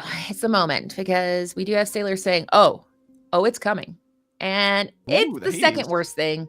It is a Hades, which is still bad, but not so bad. It could be a lot worse. We do see Inca Pirate's Life, which we do know is a way back in, but you don't really need to take any lore from somebody when they have 0. Yeah, exactly. And you're actually ahead in this case, which is great. Katie, normally I don't care about like the textability on the cards, but Hades has one of my favorite with is there a downside to this? Because I can always hear it in James Woods' voice in my head from the movie when he's contemplating the deal at the end. Yeah. And then later they made, because everybody's got a weakness. So they full circle. Hades has got to be set 12. Hades, big bad. Not confirmed, but feels. Because you would think so, yeah. We're whispering in the well. What's in a well? Down below. What's down below? The underworld. Hades. It's building up, guys. I feel it in my bones. And you're kind of seeing some of the weakness of the muses here. Even though we've sang, I think 4 or 5 songs since this card has been on the field, we haven't gotten to actually use her bounce effect a single time. Red-blue is a very poor matchup for the muses, as there's almost no cards in that deck that she can affect. Yeah. So it's interesting because muses can be extremely powerful against some of these hyper aggro, turn dogs, all these. There's a lot of decks in the meta where muses are eaten so good. Even discard a mirror match, it can be great. In this case, it's rough. If we could even get out a Ursula, which would be so great, it would be great because then we could deploy her or do a song. But in this case, we're just going to strike a good match and keep kind of choosing a card, or drawing 2, discarding 1, and seeing if we can get to something a little bit more powerful than a child and some singers that do not want to exert under any circumstances. Although we haven't moved on, so we could still bounce Tipo. I think you do. I mean, I don't know what good he's really doing out there. Put him in the inkwell if nothing else. So get out of here, Tipo. You're done. You've done Yeah. nothing. Good day. You've never even quested because we were so afraid of Goof. I know. Yeah, he didn't punch the manor. He really just kind of sat there and watched the grown-ups play. Okay, Hey, there we go. Okay, that's how you get back in the game. And the triple be prepared. Oh my God. My goodness, that He- Jafar just came down and said, "I don't think so." Whoosh. And it's such a catch-22 because like that be prepared. No, it's bad all the way. Yeah, it's bad. I mean, it's so good because I mean, and this shows why conceding early was really important, because it's not about winning. It's about making your opponent lose in a way. Yeah. Like it's about getting your opponent to a point where they're like, I can never see a way back from this. And so in this case, now he's sitting with 5 cards, and yeah, it's just a Bell and a Muse over there. But yeah, he's doing a vision, doing a vision, Yeah. going on a vision Doing a quest, vision. hoping to find the answer. And man, Bend to My Will is going to make us all say, is that set 1 through 4? Can we rotate it? And the answer is no, guys. It's still here. Right. I mean, that I cannot properly illustrate how huge that was, because now Joseph can go wide at most. Zach can hit him one more time, obviously assuming a shark doesn't like bring it back or something, so he can safely go pretty wide. He has almost no fear of that card at this point. Like Zach was in really good control, but that shark's coming down. Hades is like, "Shark, get in here. I need you to get these cards back for me."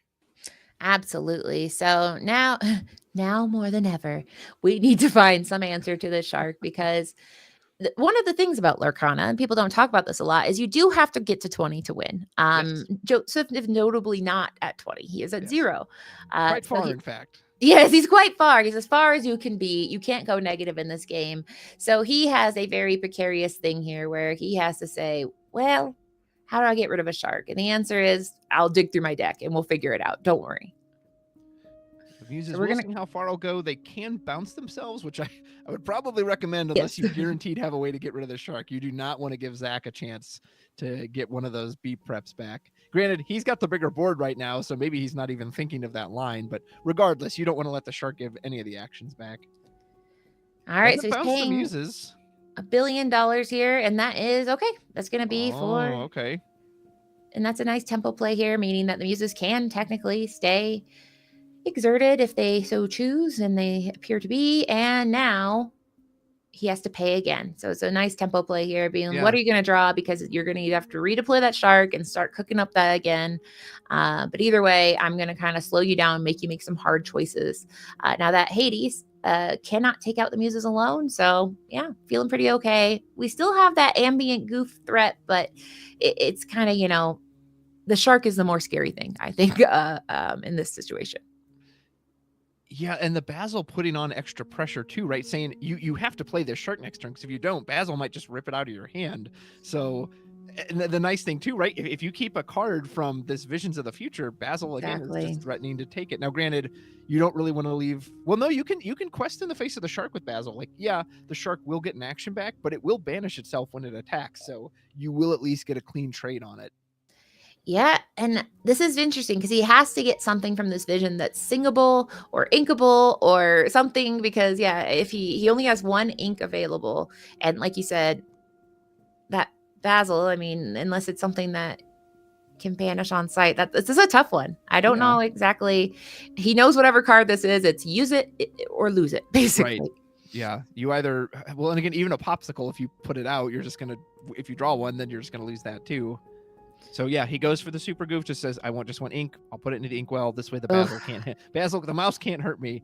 I mean, I will say, even though Zach is top decking, he is halfway there, right? He's at 10 more. This green-blue deck should have no way to pull lore back unless we're running like a Radigan's Trap, but we haven't seen anything like that yet, so. And we shouldn't, because my goodness, that card is so, we kind of are like, oh yeah, Pirate's Life, that's the one that takes away lore. And then we saw Zach Bivven's using Zach made that it look very disgusting Worlds. at World. Yeah, we're like, actually, that card's really mean. I don't like it at all.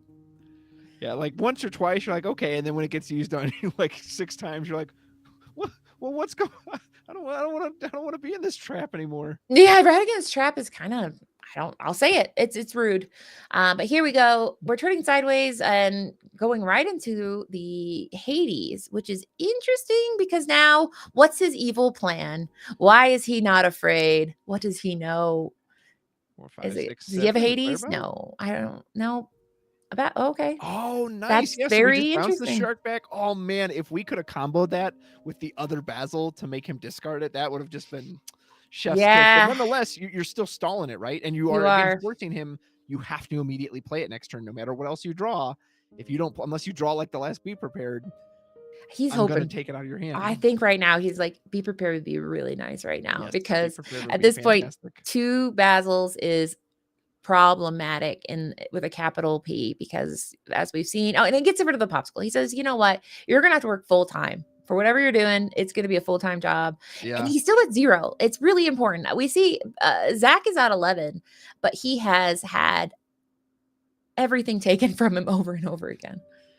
There's the third shark in a row, and it's actually been the same shark all 3 times. Yeah, That's this is, the yeah, one. it's shark, and then finally we get a super goof getting in, Oh, and he's able to do a that's little good. bit of work here. Won't be able to finish off any of these characters, but does at least, I mean, he's up to 13, and with a Yeah. shark, it's always dangerous. So, and I don't know how many cards Joseph has in hand. 4, maybe? I think that's it. Yeah, at the top. So he needs a way to answer. Another Basil would be pretty crazy. Bounce the shark and then quest and rip it out of the hand. Yeah, I mean, my goodness, it's crazy how much time and effort this man Bivven, is it another Basil? It can't be. It is. Oh my Great Mouse goodness. Detective. And now we get to see, because he's going to quest with 2 Basils and make him discard 2 cards.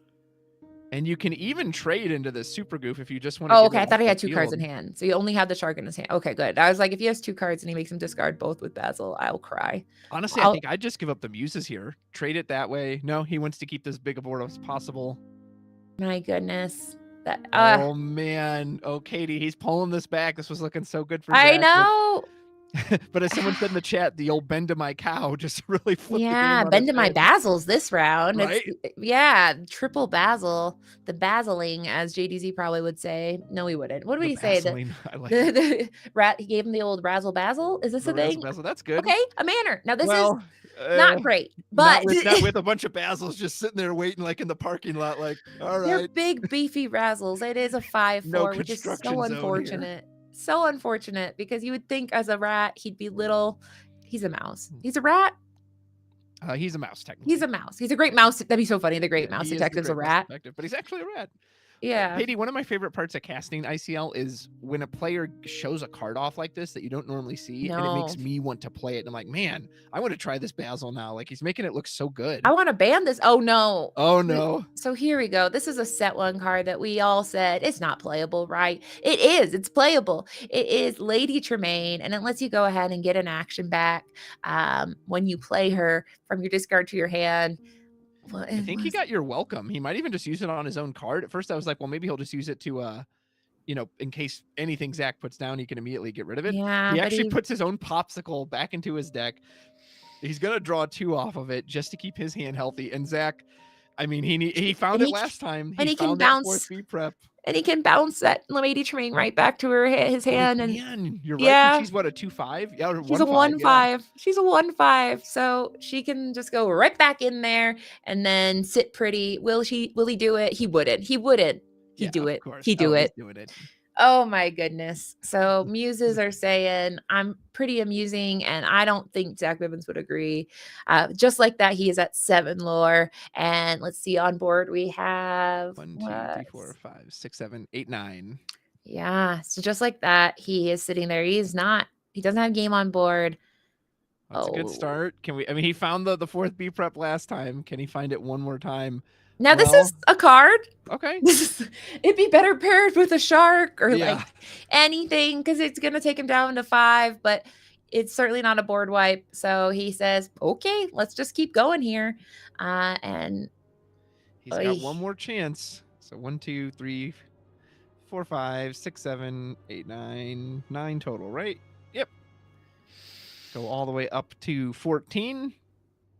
And this is going to be your last turn, Mr. Bivens. I wonder if Joseph is even going to bother to do anything. He could. You're welcome himself again. He's just gonna strike a good match. Why not? Yeah. Well, in this case, we're just gonna see. And if he wants, just in case Zach finds the B prep, you can just bounce one of these characters just to protect him, so you have a follow up. But I don't know if he's even worried about that. Yeah, he doesn't seem to be too interested in doing that. Yeah, and he's gonna go ahead and say, there's some actions here. Now he's going deeper than your welcome would be. So yeah, he says, why not? I'm gonna do how far I'll go, because where I'm going. So Lady Tremaine doesn't impress me as a 6-cost uninkable 1/5. No, she's a terrible card. But in this case, when you pair it with the Muses and you can do it over and over and over again, so isn't that funny? Same with Shark. Like once you can just repeat these effects essentially ad nauseum, like okay, now it's looking crazy. I mean, she's marginally an unplayable card at 1/5, quest for 1/6 uninkable. But like you said, I mean, this synergy is crazy. And I think I'll point out now, because it's safe to say, Joseph only runs 3 Basils. He only runs 1 Lady Tremaine. And he is saying, I'm going to show you the full power of the dark side. And just like that, I think Zach Bivven says, I don't think I'm a villain, dude. I think you're the villain. I don't know how to... That was impressive. Like I said, I always like watching Red Blue suffer. I'm sure Zach didn't enjoy that as much. No, he's like, I don't. So we're gonna go into the game and say. So, all right, are you guys able to hear me? Yep, can hear you fine. So here's the thing. I don't know if you know this, Pandemonium Heart, Joseph Quigley. You're not on the villain club.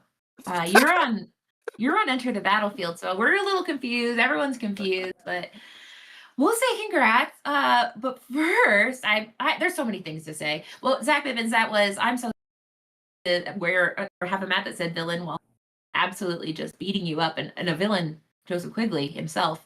But wow, I like my villainous decks. I love villainy as much as the next guy. We were trying to say you were nice, but my goodness. That was incredibly impressive. Wow. First of all, congratulations. Heck of a job. I was telling Katie, one of my favorite parts of casting ICL is when a player shows off a card that I don't see very often, and it makes me want to play it. And you did that with Basil. Like, you made that Basil look so powerful and so impressive, bouncing the Sharks. Obviously, probably the story of the game is that the poor Zach, all the B preps he ripped from your hands at all the worst times. That was very fortuitous for me, for sure. Oh my god. Yeah, when we saw the 2 you pulled with the double Ursula in game 1, but then that triple B prep discard, I was like, oh no, holy moly! But yeah, just congrats to you. Great job with the Basil. Tell me about the Basil or any other card you particularly want to talk about that you just think's amazing. I'd love to talk about Basil. So he's a new card from this set, and he has just been. I've liked this set for a few sets, but it hasn't come together. But Basil is like the perfect bruiser card, and I got to show off why, because in addition to just feeding into the game plan, it's a good body, and when you draw 2 of them, it's really awesome to just get rid of something by questing afterwards. It's just such a solid and excellent card for this deck, and I love it to pieces. Yeah, you made him look great, and I was thinking that too. I was like, man, can I fit this in like green gray or green red? It's like, no, I think he needs the ramp probably to be that effective. But man, you just ramp helps a lot. And then you had 3. You played all 3. I think, Zach, you don't know that because you don't know that yet. There was only 3. There's not a 4th. He said, I'm going to give you the Basil Dazzle. And I don't think you probably found it as dazzling on your end. So I was very close to actually playing the Basil deck at Worlds. I tested it for hundreds of games, and I knew as soon as he inked it turn 1 that this is going to be miserable because this matchup is so bad. It's challenging for sure. I know you went green blue items instead, which is also a deck I rather enjoy. But I'm glad to hear you actually tested that out too. That's cool. Yeah, I tested that a lot before I went to the items. So yeah, I definitely knew the match was not fun. Fair enough. That is one of the worst kind of situations where you're like, this is gonna hurt. When you just see the cards, you're like, okay. But I mean, you did hang in there. I mean, that last match, you were at 15 and you were sitting there gaining value while Joseph was doing just evil hat tricks. And so you hung in there, but gosh, those 3 Basils together, disgusting, ban it. That's gonna be the next thing. Ban Basil. Look at him. He's innocent. He's innocent. I mean, if you want to ban banned, I mean, I at least understand. Yeah, but Basil done nothing wrong. That's a good point. So, I mean, one thing I will ask is during this game, we discussed kind of the fact that with Clarabelle and Bend to My Will, you do have to make a decision on when you're done getting the advantage from Clarabelle and you're moving over to the Bend to My Will part. So, for you, is there a point where you're like, okay, don't get too greedy? Has that been a challenge to know when it's time to stop taking advantage of one and move to the other? It is. It can be at times. It depends a lot on the matchup. Against Red Blue Shark, I would say like I am not taking that gamble with how many explosive cards they have. So it's pretty much bend at first opportunity. If you're up against certain other matchups like Red Purple, you can maybe be a bit greedier if you get a fast Clarabelle off. But most of the time, bend at first opportunity once you've gone draw 5 or 6 off Clarabelle tends to do the trick.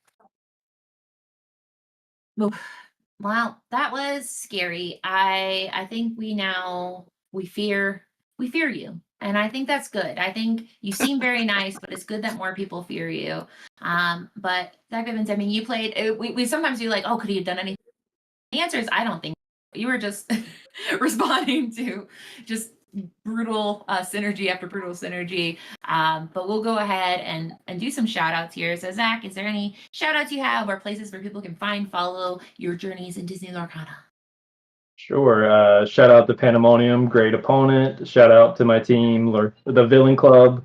Shout out to the casters and judges. Appreciate you guys, and I think you know where to find me. So, That's true. Katie, can That's I actually nice. ask Zach one question before we let him go? You could, yeah. I mean, this is the time for it.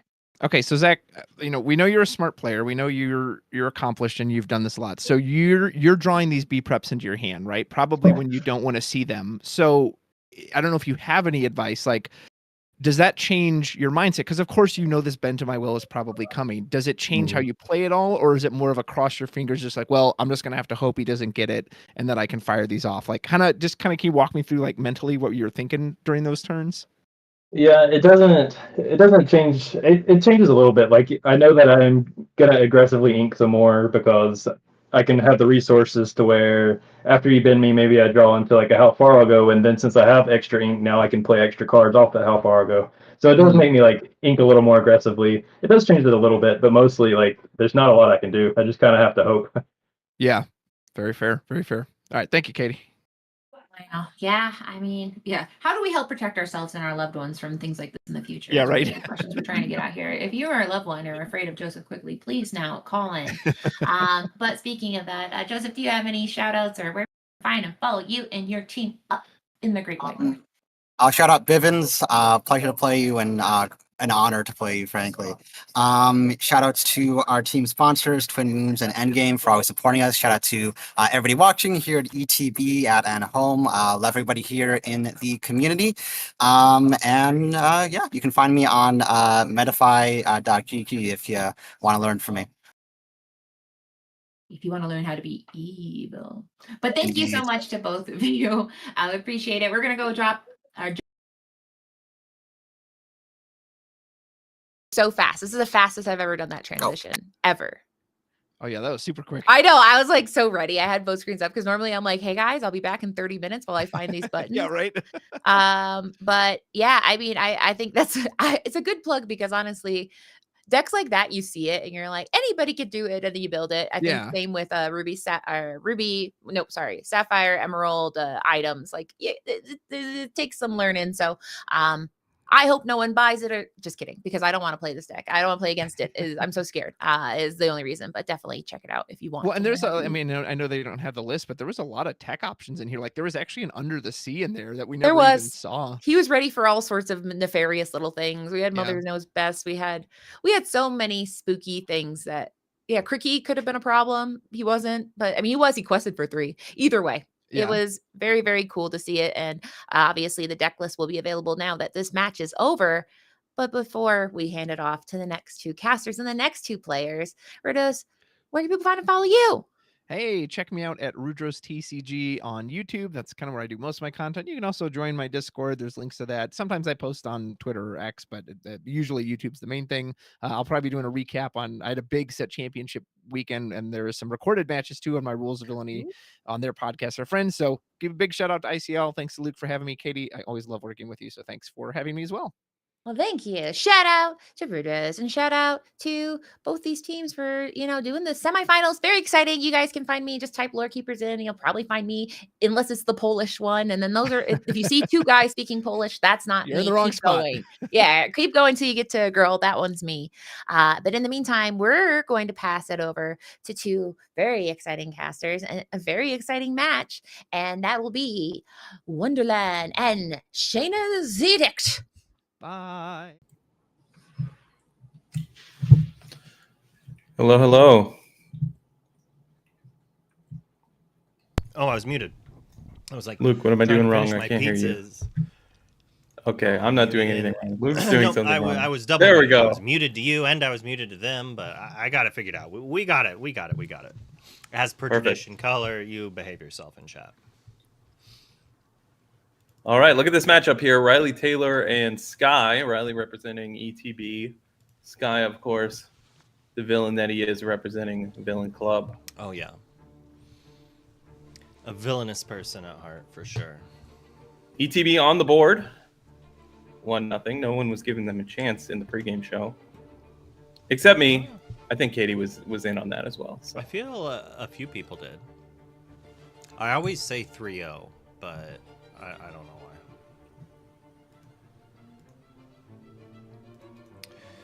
Sorry, I'm trying to figure out why the pesky card viewers just decided to disappear for no reason. Just about underway here as players are looking at their opening sevens, determining what those alterations look like. I'll have to wait and see to determine who's on the play here.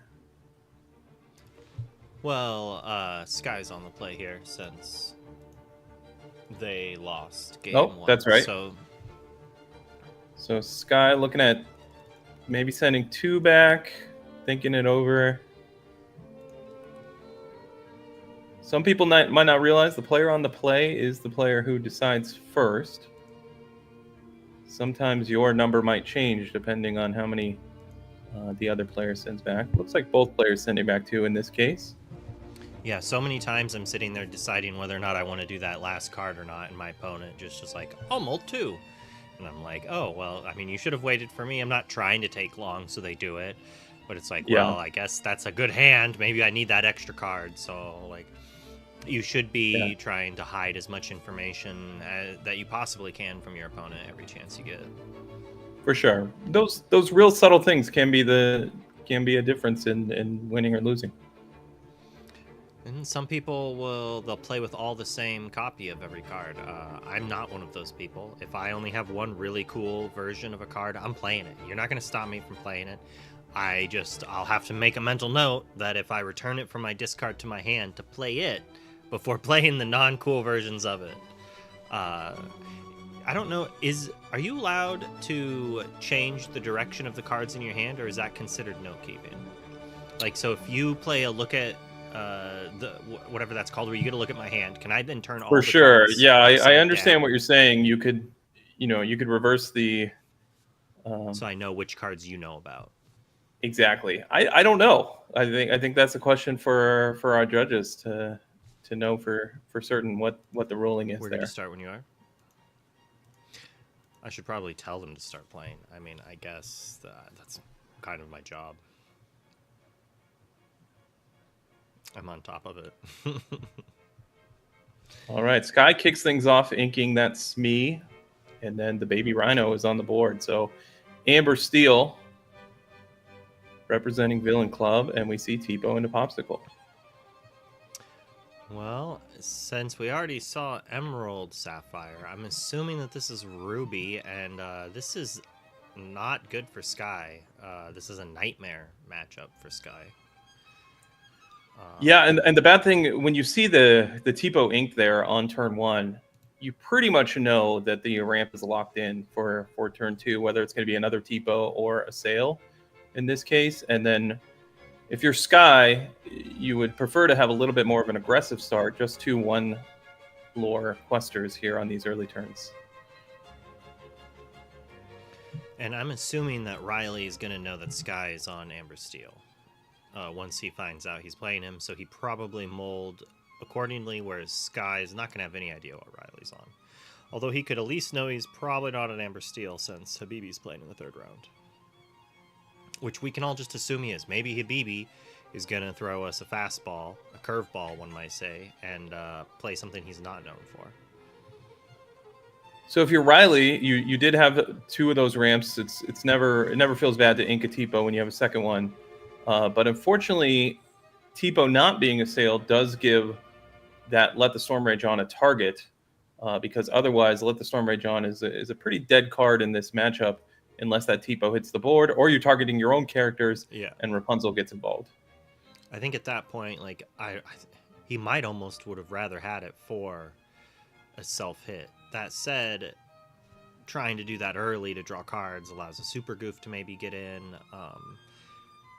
And at this point, Sky has to hope there's not a Super Goof anyway, since that Rhino got in. If there's a Super Goof to clean up, it's an interesting thing. But the matchup is so bad for Sky that it's just force them to have it, because if they don't, that's how you win this match.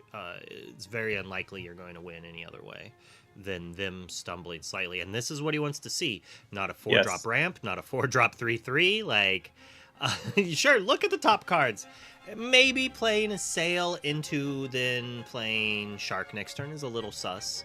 But we already seen he has the Zeus. He's prepared for that line. Shark is not long for this world unless the Zeus ends up targeting something else beforehand. But yeah, if you're Sky, you have to be thrilled here that there's no 4-drop ramp. The reason ramp on turn 2 is so good in these blue-red decks is because their 4-drop plays are so powerful. And when you get to ramp and you don't actually have that 4, we see the Manor come down here, but that could have been even drawn off the Visions potentially, but it could have also just been something he didn't want to play into a cast of characters on the other side of the board.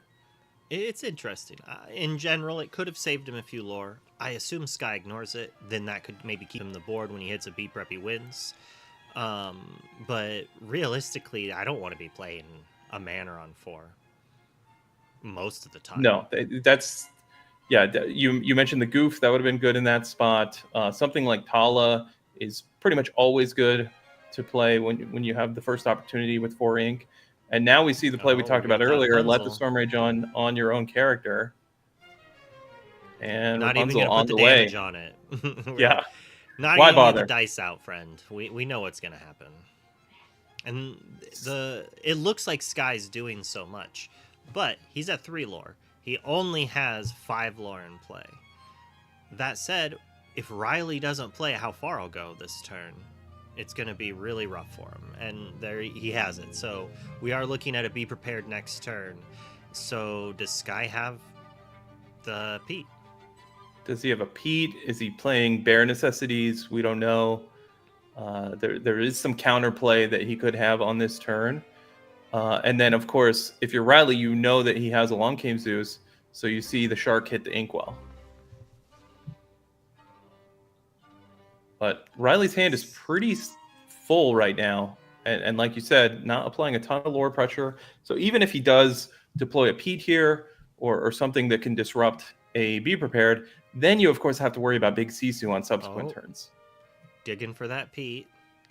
I know that Sky just has... I already know that he has the Be Our Guest, and in his mind, he's like, this is just a Pete. It's going to be a Pete. And see, boom. Yep. It turns into a Pete. He envisioned it as a Pete. He drew it as a Pete. Can he continue to draw this well for multiple turns?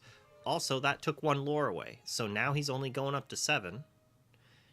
And when you're playing cards like Be Our Guest or Vision of the Future, it's always good to wait to play those cards until you're looking for something specific. Now, that might not always be the case. When Riley had to play the Vision on turn 3, there might not have been one specific card he was looking for in that scenario. But ideally, you're waiting till points in the game where you want exactly this. You want a Pete to turn off that potential Be Prepared.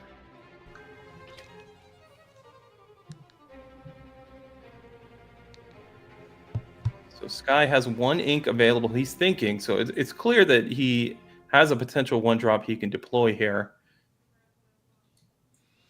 It would be crazy if Sky randomly put Vinnie in his list, but based on what he's played so far and past weekend, I doubt he wants to do that. And who knows who could have gotten up against Habibi, or even playing Habibi's deck.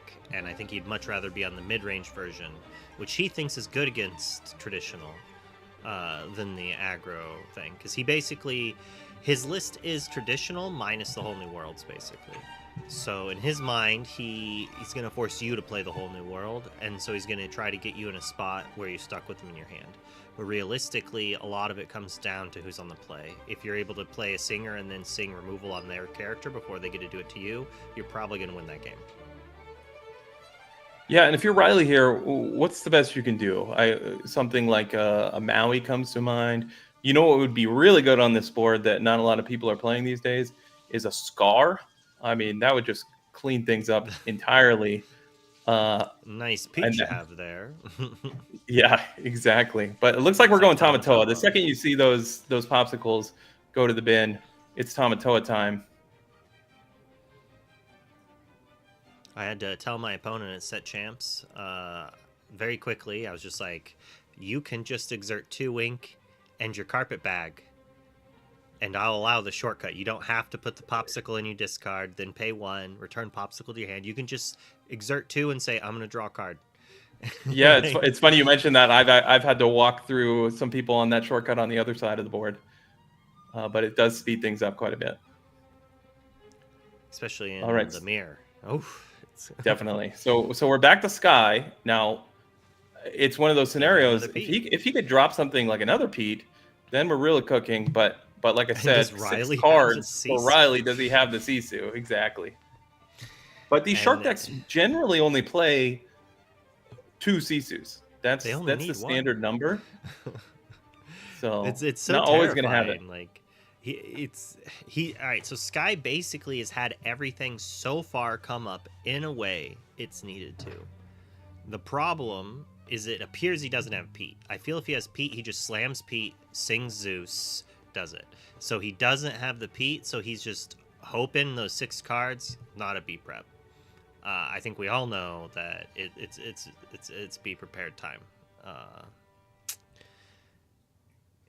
just don't see how it can't be. But I'm sure Sky is just hoping that there's that's all. No CC. That's all you can do. I see a lot of players get frustrated in this scenario because, when the sweeper does come down, but Sky's played this game well. He's done everything he could do to interact with the other side of the board, and you just have to accept that they're going to have it a lot of the time. And look at that, he has it.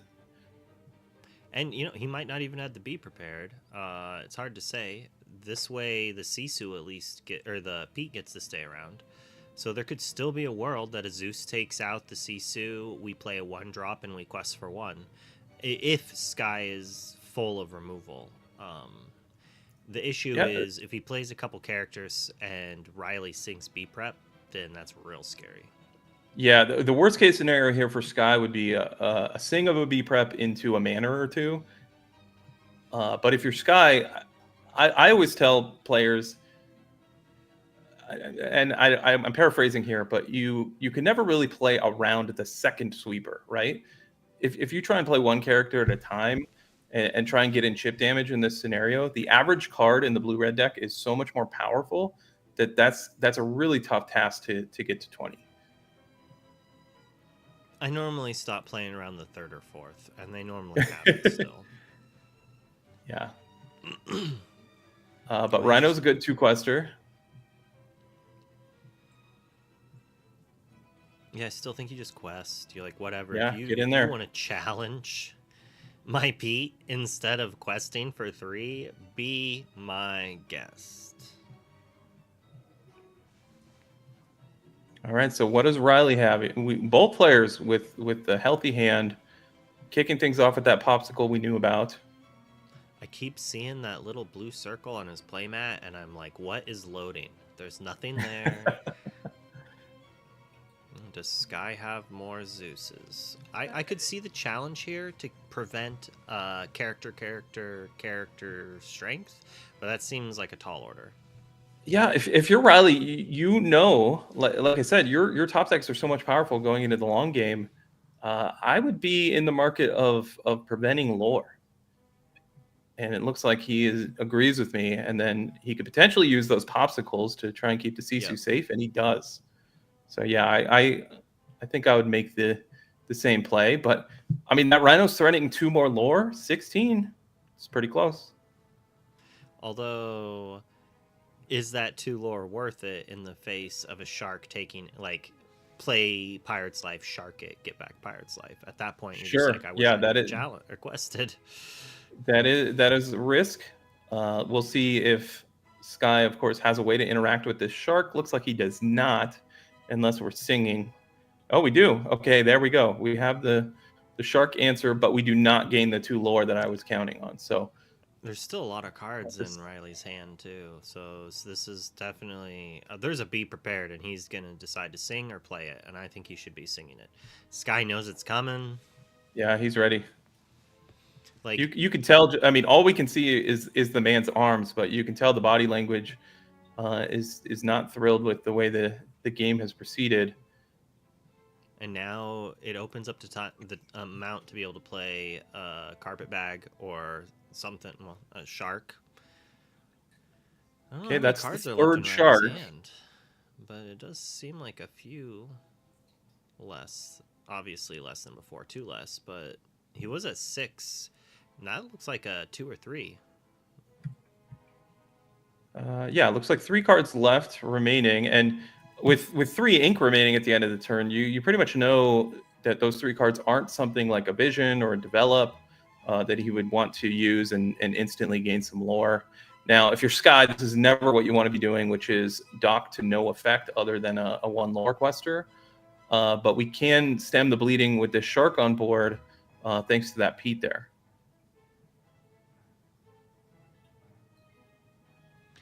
Yeah, so there's definitely 1 more dock in hand. The question is the other card a Zeus? And can he go ink, Zeus, play dock, draw 2, quest out?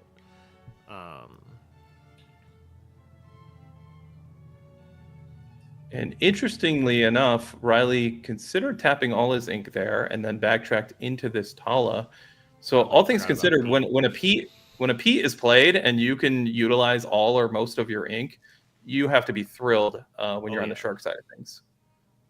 I wonder if he was considering playing another shark. I think I would have there if I had another shark. Yeah, that seems to be, it could be the only other play potentially off the top of my head is a Tamatoa. If you're exerting all 6. And now we're going to play this game where we show off all the potential actions that we could search for if Maui gets challenged in the future. Those are some good ones. In the Pirate's Life, but a B prep and a Vision's pretty solid. We are at 14. There's the double Tala to be able to sing the Pirate's Life too is so brutal. Yeah, I don't think we've seen a Pirate's Life all match even in the Inkwell. So yeah, the likelihood that Riley has one is fairly high. He needs to go like Pete, Smee, quest. Next turn, quest, Pete, dock. And then he might win. I think he could win the game if he did that. All right, Let the Storm Rage On was not part of this ultimate plan. But do we have a follow-up to take this shark off the board? We ink a strength. Okay, Ariel. Well, you do what you got. And once you already have one character turned sideways, you might as well turn the other character sideways when shark's on the board. And if this is a double Pirate's Life turn, I think this game is over. If there's not a Pirate's Life being played here, that's a Medusa. That's not a Pirate's Life. That could have been so much worse for you, Sky. Oh, well, it's still quite bad. You invested your whole turn into that Ariel, and it got taken down in one fell swoop. But now the game's over. Yeah, and that might look a little strange for the average player to use that Let the Storm Rage on the shark and set Riley up for this great turn. But if I'm Sky or a viewer watching Sky as I am, that tells me there was one specific card or maybe a couple different cards that he was hoping to draw off of that the Storm Rage on that would have kept him in the game. Obviously didn't work out, but those are the risks you need to take, especially when you're behind in a game.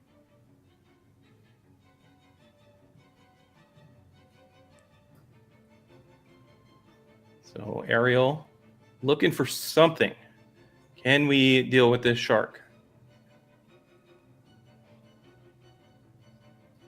Maybe another storm in hand. The Medusa's crazy. Not something... Wow, we're just putting them all on the bottom. Play dock. Maybe the card just wasn't worth it, and it wasn't inkable. So maybe it was another thing. Another... Yeah, that's an interesting one. If there was a song and you chose not to pick it up, leave it in your deck for the future. It had to have been Zeus, because it's uninkable and he couldn't play it. But, like, at that point, I assume he would have just taken the Zeus and played Zeus. But he might... Makes sense. He's 1 ink short of being able to do that, actually.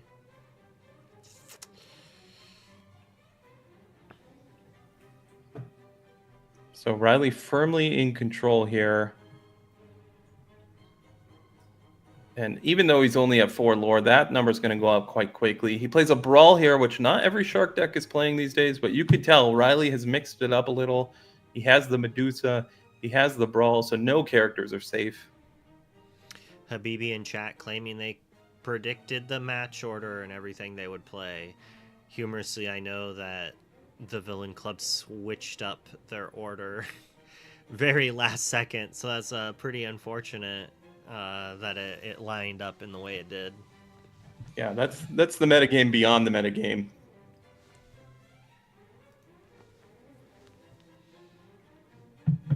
So Hades shows up, gives Sky a little extra ink, but that's not what he's looking for at this moment in time.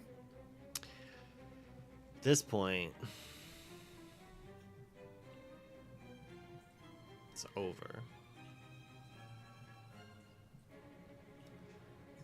And Riley up to 11 lore. With that shark, if that stays on the board, and it looks like it is, he could potentially finish things off. I know he's only starting the turn with that 1 card, up to 2 now with that draw step.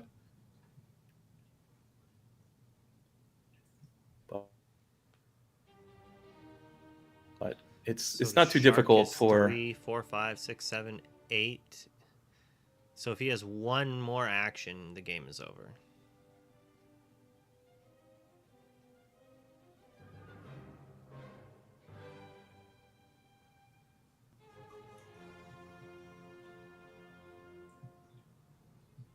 Riley doing some math, and that vision will just about do it. Well, that is it. Like, the vision puts us at 18. We challenge the dog. Yeah, he can challenge and then Pirate's Life. Yeah. So I would have personally done that first, just so I could be like, it's over. But we're gonna storm off. We don't need that Pirate's Life. We had all of these, Shane. All right. Looks like we did need the Pirate's Life after all. Okay. Finish him off. 1 more. And Riley takes it down. Game 1. So far it's been all ETB. It looks as like Joseph Quigley defeated Zach in round 1. And Riley 1-0 in this matchup. And that's just kind of, I mean, that was basically, if you haven't seen this matchup, Amber Steel against Blue Red Shark, that's how it's going to go a lot of the time. Sky was on the play. He had a decent start, but I believe turn 1, he inked a Smee, and then his turn 2 was an Ursula. If I was Sky, I'd be thinking maybe, if I had that Smee on turn 2, that's a couple extra lore, potentially. Oh, yeah. I don't know. It's really, really small margins in this matchup if you want to pick up the victory. Yeah, one of his best ways to win is that. But I know that... So Sky and I played... We had lunch with Sky on Friday on my stream, which is why we accidentally started the ICL last Friday with that as the title instead of who actually played. And we played Shark versus his deck, and I think he won 1 game out of like the 8 or 9 games. And humorously, one of our locals also watched that and then played the Shark deck at locals instead of what they're going to play as well. And it was who I played in the finals of our locals. Nice. We just didn't want to get beat up by Sky playing this anti-steal steel deck. It's kind of frustrating when that happens, but this is just not a good matchup. And he was saying that one of the ways he tried to fight it was just being aggressive and going like one drop into Smee, and he basically concluded that it was still too slow. And so then on stream we were trying 4 bare necessities, and after going like the 9 out of 10 or whatever, only winning 1 game, I don't think he's on bare necessities today. Like I think it was causing more harm, honestly, than that's totally fair. Sometimes if you focus on one matchup too much, that can skew your deck list to suddenly struggle against decks that you're used to beating, or you built your deck to beat originally. Sky mulliganing or altering, aggressively here. 6 cards going back. Looks like both players 6 cards, and if my blue-red expertise says if we're keeping 1, it's probably a ramp spell. Well, we'll have to wait and see. My thought is that if we're keeping 1, it's probably a popsicle or a develop, because like those are the only cards I'm keeping that are not ramp spells. But you are right. That's a hotly contested debate. Yeah, is it? I agree with you. Yes, I think it is a debate whether you want to keep popsicle or develop. But nonetheless, we'll have to wait and see if Riley has that ramp spell. I could possibly see people arguing not to have the popsicle, but the develop does see 1 deeper no matter what. So I would argue that one, that like you should always be keeping the develop if you don't have the turn 2 ramp and you're doing the mulliganing. It's rough though to be like, well, do I keep popsicle and develop? Because then it's kind of greedy, and I think I'm just keeping the develop and then mulling the 6. Yeah, the one thing I'll mention, because I actually was on your side of the fence on this argument at one point in time. When you have 8 1-drops in your deck, if one of those 6 cards that you replace is another 1-drop, then technically you're seeing one less card. Yes. So that's just something to consider as well. But which is I don't know. I'm not a mathematician. Smarter people than me can figure it out. And I could see maybe not keeping the popsicle, but in general, the popsicle is still so powerful in what your game plan does. And there's that turn 2 Smee. Yes, very, very important. You think that was the 1 card he kept, or do you think he just kept the guaranteed 1-drop? That's a good question. But certainly the Smee showing up on time here as the 2-drop, now threatening 3 or maybe even more if a shift is involved on his next turn. And for Riley, we did not see develop or pop on turn 1. So let's see, does the ramp show up on turn 2? I would just like to remind chat that alerts are not on during the ICL. And so if you spend your money, you won't get anything out of it. Okay, we ink a sail into the TPO. And that's always an interesting decision when you have both on turn 2. This TPO could potentially threaten the Smee down the line. But as we saw before, it is a potential target for something like Let the Storm Rage on. The sound that alert would make was meep. So he got something better than the actual sound. He got me to do that sound. So that he should be caught. He should have to pay again. All right, inking Be Our Guest into the Ursula, and just get in there. Up to 4 Laura now, I believe. So the TPO is a little frustrating here for Sky, because he wants to build a quest with this Smee next turn and then Rapunzel. But TPO, as you were saying, like it does threaten that Smee. So he quests next turn, and then TPO gets to take it out before Rapunzel draws 2. If you're Sky, you have to be pumping your fist right now a little bit that a Super Goof didn't show up, because that would have been a bit of a problem as well. Devastating. And he inks a Brawl. You can't be too disappointed to see that. It could be that Riley is just straight up playing DKP's list, and if that's the case, then it doesn't even play Super Goof. This is kind of an interesting play. We know Riley. yes. I agree. The Tipo quest is very, very Challenge. interesting. But we did see a Medusa, so we know it's not exactly all of DKP's 60 Wait, it was cards okay. I was about from- to say that was a challenge. There should be damage on the Tipo, but they fixed it. Correct. So it's yeah. interesting because he's making sure now that if the Rhino gets shifted, it still has that damage on it. That's true. So it no longer has resist. And then you were talking about Smee and Rapunzel and Tipo, and that all kind of goes out the window with that challenge if you have the Oh. Rapunzel. So he had an opportunity to challenge the Tipo first for an extra card, chooses not to. Are we getting it off? What are we taking the damage off here? We have to wait and see.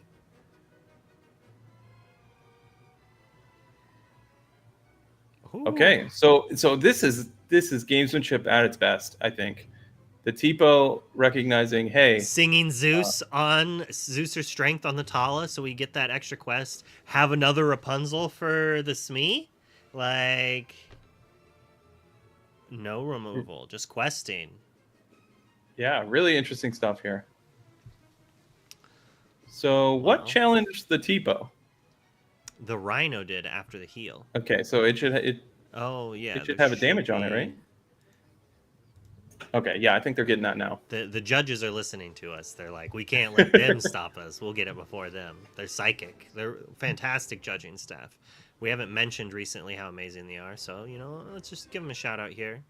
They've been doing so much for us, making sure that all the play is done very well, and if there's an issue, they're able to rewind it or anything like that to just maintain a proper game state. And we try to make the ICL basically have the competitive elo of a DLC. So if you're playing a day 2 of a DLC, this is what it's like. So if you're preparing yourself for a DLC season or anything like that, and you want to know what procedures and how gameplay will be like, it's this. Absolutely. I think the judges are the unsung heroes of the entire community. So Riley inks a popsicle, plays a popsicle. That plays interesting to me just because when you have Tamatoa 6-drop in your deck, the second popsicle is so important for gaining value down the line. So maybe he has a third one in hand. Maybe he doesn't have a Tamatoa and he just doesn't want to ink anything else in his hand. There's a lot of things that could come into play there with that decision. So chat's saying that they would have challenged with Smee and healed that with the Rapunzel for 1 card. And that's just showing that Sky values that 1 lore more than that 1 card, I think.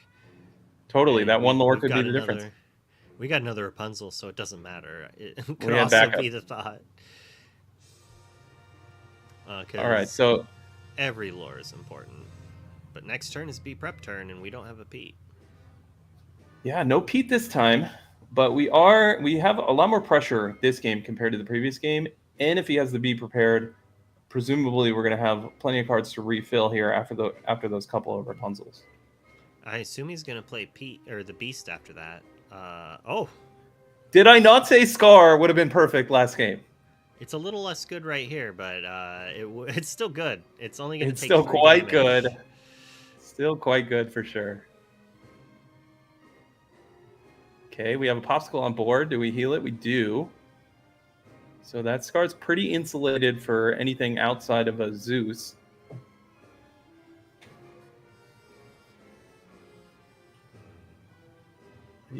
Scar is a Medusa- card that... Sorry, for go it. ahead. I Okay, was we just do have gonna the Zeus for the say- Scar. Oh yeah, you gotta have the answer there. The Medusa is a clear nod to Beast. It's like Beast is good again because people aren't running things like Medusa, and then Riley's on the Medusa here to kind of combat the Beast, because that was like one way Sky could have done it is like he B preps, Sky plays a Beast, and then hopes that Riley doesn't have a second B prepared. Yeah, and Sky had such a terrific turn. That's really all you could ask for. He reloaded the board. He drew 2 cards off a dock. But of course, Oh. Riley having that second sweeper. Now, does Riley have the Medusa? We've seen a couple brawls inked, which of course wouldn't have been able to interact with this beast. But if this beast survives a couple turns, it could regain some of those cards that have been gained, or card advantage that's been gained by Riley due to those sweepers. It's kind of a race scenario, a little bit, with Sky starting at 10 lore. Yeah, Sky certainly advantaged here if that beast is going to see the line of day at the start of his turn, and it is. I think I might have played the Grammatala first to see what we draw. There's a world that I would have maybe played How Far I'll Go instead of the Manor here, but maybe that getting that Manor down to try to guarantee the Beast to exert if we have a Maui in hand is what the goal is here. But I feel like the Beast is questing if you play a Manor or not sometimes, where in this world maybe Beast just sits back and relax, forcing a Be Prepared to be played. And Yeah, that's fair. Yeah, Tala, of that's what course, gives you Riley's more gonna do. options. Yeah, if Riley's looking to play that B prep, then that makes sense as to why he's playing the Manor. Just like So Storm Rage on the Tala. What's next for Sky?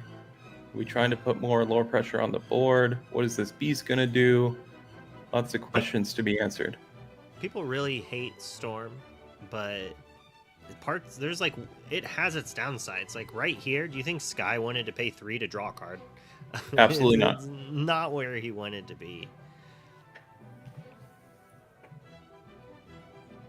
And he's thinking about questing, so that kind of shows that his hand is probably not great. Then again, if his hand's not great, maybe he doesn't quest. Yeah. Okay, chooses not to, so Riley will finally get on the board in the lore totals. And we kick things off with How Far I'll Go. A Be Prepared here is just devastating. And would be why playing the Manor was better than the How Far I'll Go if we already had it and we're setting up for it. Oh. Okay, it looked like he was going to exert 6 ink there, but this is what we were talking about last turn, right? When you have a card that can look at additional cards, have some additional card selection, you generally want to play those cards first. Of course, if a shark is involved, and we see the shark here, whether that was off the vision or not, we'll never know. But either It's way, like, do you want the lore? yeah, Like these are things you have to be thinking about. my guess is he does not have Be Prepared, and he was like, "Oh, if I grab Be Prepared, I could ink and play B Prep, and that would be very good." Absolutely. And does Sky have the Zeus?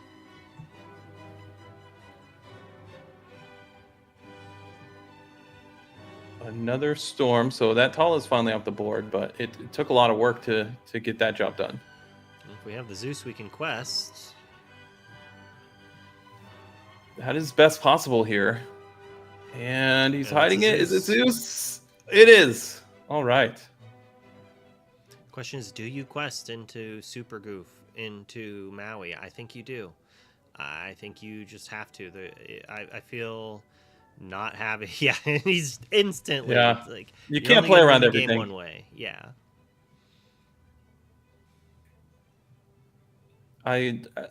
Pretty early on in my Lorcana journey, I found that, I was playing certain games not to lose, trying not to make a fool out of myself. Thinking of the one card, especially when we were in a smaller card pool, what's the one card I could lose to here? Let me play around to that. But a lot of the time, it's not worth it. Yep. It's good to play around cards if you can, but you have to Of course. not let that dictate everything you do. If you can play around something and still win, do it. If you can't afford to play around it, as you're saying, you're giving them the turns they need to beat you, right? Exactly. It's all part of a risk And assessment see, during the that- game. that would have just been 2 lore lost left on the board. And if he has another Zeus, like what if he was slow rolling it before? Like Zeus again. Although I don't think he can commit another beast, but maybe. Be a little greedy. Could be a little greedy. So this beast has been extremely important for Sky to stay competitive in this game. It's drawn him a couple extra cards. It's gained him 2 lore. And Riley has yet to find at least one Madame Medusa that he has in his deck.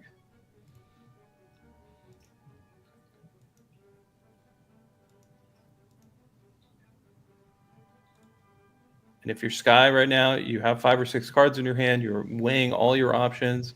You start things out with this Rhino. Power play. Oh, Beast we number are. 2. Now we're just hoping no B prep off the top. Yeah, please don't sing Be Prepared. Oh, we don't care. We're getting in. So Sky up to 14 the Rhino more. shrank it, though, so he can't actually challenge it down. He has to have the Super Goo for Maui to finish it off. Yeah, don't forget the text on the small Rhino. Very important at this stage of the game. I'm assuming he verbalized it. I've definitely had some people play small Rhinos and just, oh, yep, that's the worst case scenario. But once again, he got the 2 lore in. Cards. I have to wonder which of those 3 cards that were played that turn, which one came off the top? Was it to Be Prepared?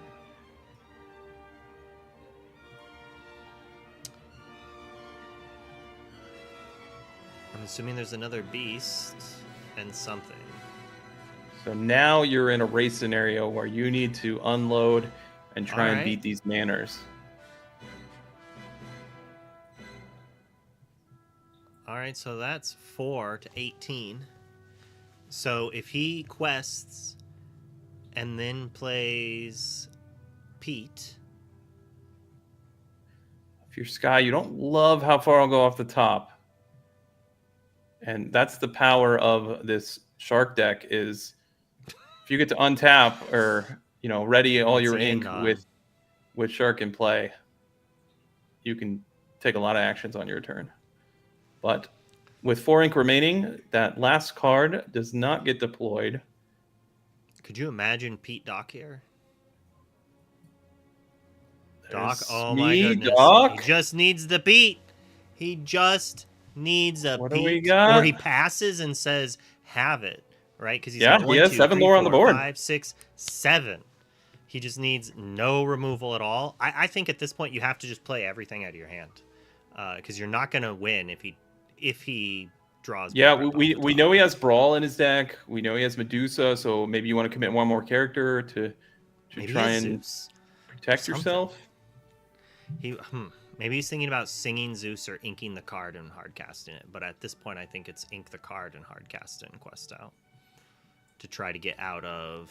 Okay, ink Ursula. Oh my goodness, he's teasing us. Oh, okay, man, I like this though, because unfortunate. now we're protected from Medusa. Remember, we had 4 ink on the side of Riley. We didn't play our card, so could it be Medusa? Theoretically, yes. All right, Riley keeping us in suspense. But still, he only has to chain a few cards. This is a game. Yeah, 16 lore. It could end right here. He needs him to have like Tamatoas and Manners, or that into. Did we find a Pirate's Life? Pirate's Life. We can't see Sky's fingers. I bet they're crossed right now.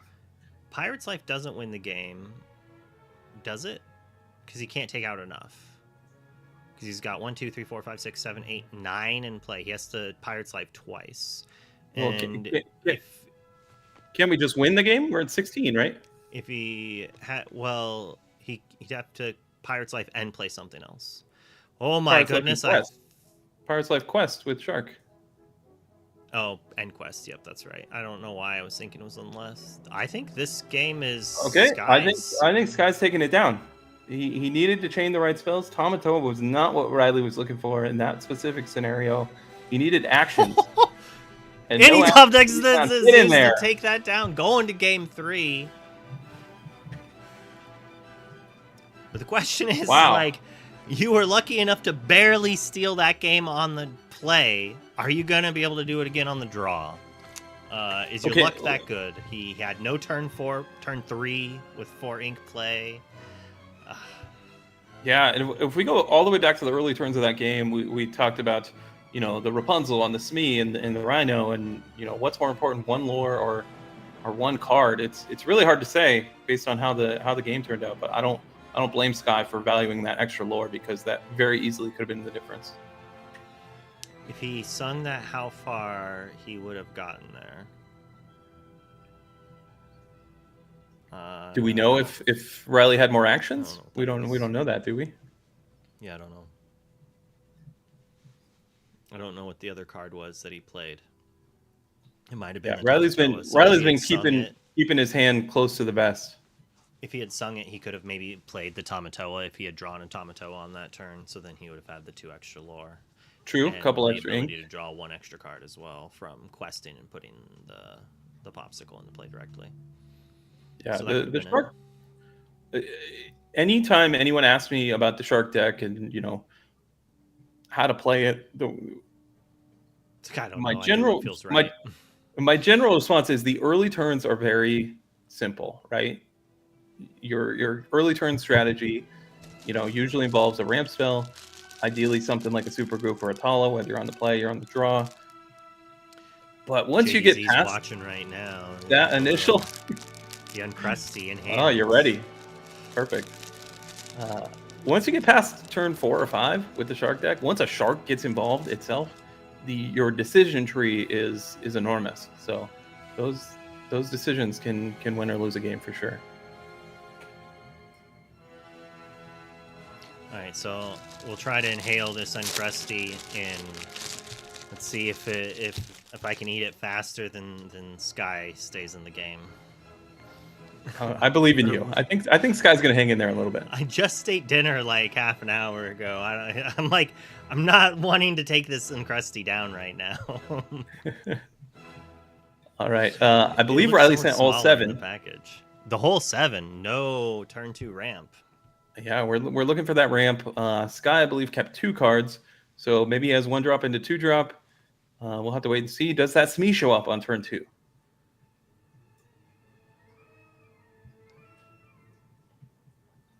And if this is the first game where Riley gets to be on the play, of course, and honestly, this could all come down to, did he find ramp in those 7 cards?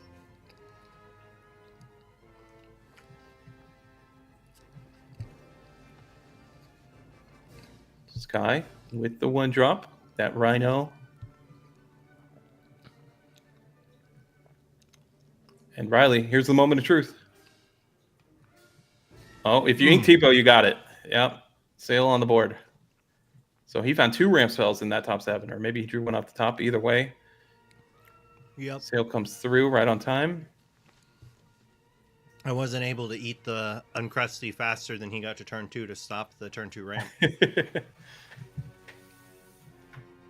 That was more the off-brand felt a little more difficult than the on-brand. I'm not gonna lie. All right, and turn 2 important for both sides here. Does Sky have a way to add some more lore to the board? Does he have the Inks Smee? would be our guest. And no, but he has Rhino, so that ups the lore total by 1. And Rhino's probably going to stay on the board for a little bit. Yeah. Rhino's worst enemy is a Maui 5, but we haven't really seen Maui show up here. If he had Super Goof, it's an answer, but this is an early Shark. Next turn, if he has it. A little dangerous. But, I mean, if he has a Zeus, that's a clean answer.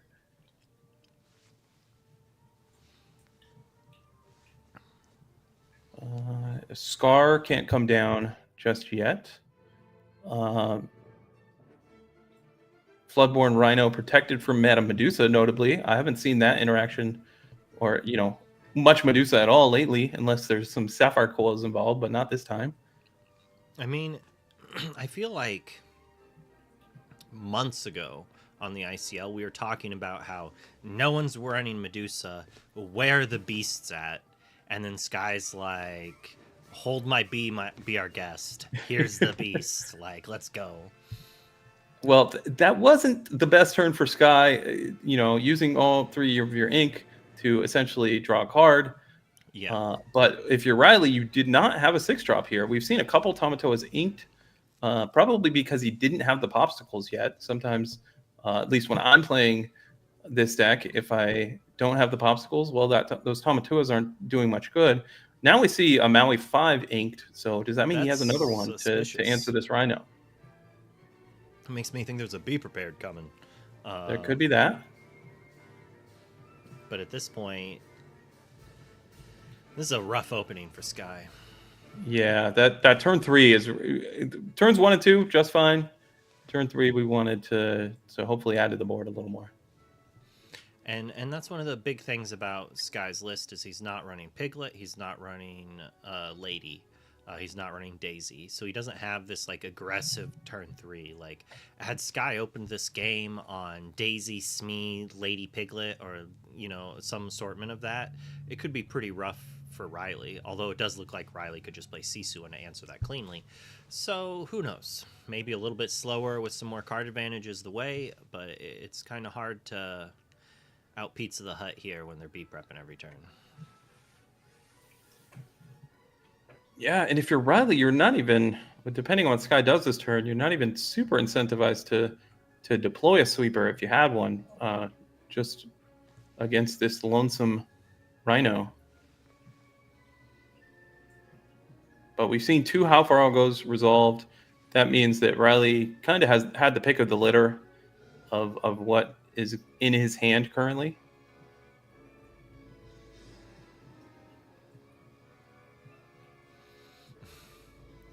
If he does not have another Maui, that would be crazy. Not inking this turn even. We are playing quite defensively. I feel like that means Sky's hand is just full of storms. That's Okay, a this super card Maui. does show up.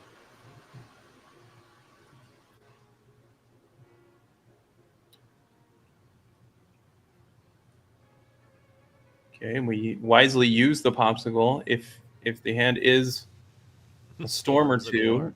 Scar's still protected. And a Grammatala goes into the inkwell. Yeah, Riley firmly ahead in this one. We do get up to 4 ink, and we see the Zeus. Smee goes for a quest. We're up to 8. We're trucking along. Yeah, if Riley... The problem is everything in Riley's deck draws cards or impacts the board. So Yes. It's like, what do you need Riley to have here for you to win this game? A bunch of manners and visions? But visions draws real cards. So you need, what, manners and Tamatoa 6s with only 1 popsicle, and then that still challenges us down? And Riley hasn't inked a hideaway yet, so there's that. Riley needs to have a bunch of T-pos. Yes, you're 100% right. That's the worst case scenario if you're Riley is drawing the other 3 T-pos you have in your deck off the top.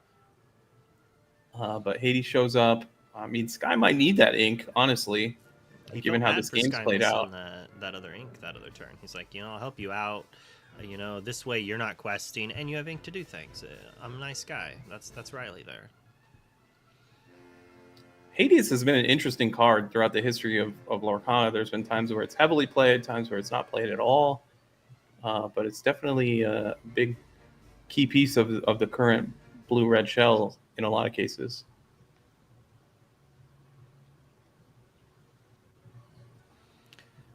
Going into the tank, figuring out what's the best way not to lose. Never a place you want to be when you're not the control deck. You're trying to think of how to win this game, and instead, you don't have the ways. We have just got a beast. I mean, we saw how much work Beast did last turn, or last game, excuse me. Beast drew a handful of cards, got some key lore. Do we ink and play a 1-drop? Like, I actually think that's not great. It might be the only play. Oh, there's the Rhino. Yeah. So he agreed. It just gives us the B prep is already something that Riley might do. Like, I feel singing Be Prepared here and then deploying a Tamatoa is a perfectly reasonable play. Answering the card that let Sky basically win last game. If you're just joining us, this is game 3 of match 2 between ETB and Villain Club. ETB's Joseph Quigley took match 1, so the team currently up 1-0. And depending on the result here, it could be 2-0. Yeah, Ruby Lady Tremaine would be absurd right here, but there's that Sing B prep. And a manner. We got to do something. Yeah. How many cards are in Riley's hand? It's at least a couple, 3 or 4 maybe. So and now the race is on. You have 8 lore if you're Sky. Did Sky draw for his turn? He must have. Yeah, he's got 3 in hand. He did. All right, Not a we've seen fantastic follow-up. no, we've seen this aerial Medusa once. We didn't see Medusa show up in game 2. We have another How Far I'll Go. I think that's the 3rd one of the game. But aerial not at its best in this particular matchup. I think that's Popsicle number 2. So Tomatoes are now on. Popsicle number 3. Those popsicles tend to stick together. So it looks like Ariel's going to get at least 1 quest in. So the question is can Ariel quest to 10 go Pete Doc 1 drop or something of the sort, followed by another Pete? That might be enough to win the game. Or Beast Ink Pete. Woo! Like, there's some power plays that could happen here, although committing another 2 questers, not necessarily what I'd want to be doing. This is unfortunate. The Be Prepareds are aplenty. We've only seen 1. And we've got 3, now 4 cards on Riley's side. Sometimes you got to make them have it. I mean, that's what he did last game, and it worked out for him. Yeah, absolutely. And the fact that Riley's taking his time at the start of the turn makes me think, well, maybe he doesn't have it. And he doesn't. Here comes Tamatoa. So maybe we get 4 more lore. I mean, I could see a world where Riley's hand was like Carpet Bag, Tommy. Now it's definitely full of other cards. And once again, I am preaching the good word that we need to play Pete next turn. Sisu ain't going to do it. Tamatoa doesn't actually answer either of these characters. No, it doesn't. Assistance. Yeah, he still needs some help to deal with these current characters. Obviously, he did draw a couple extra cards with those popsicles. Oh, there goes. Oh, here we go. Number 4. If we're inking a shark here, we have an abundance of sea life, or we are scared. Sky's got a chance.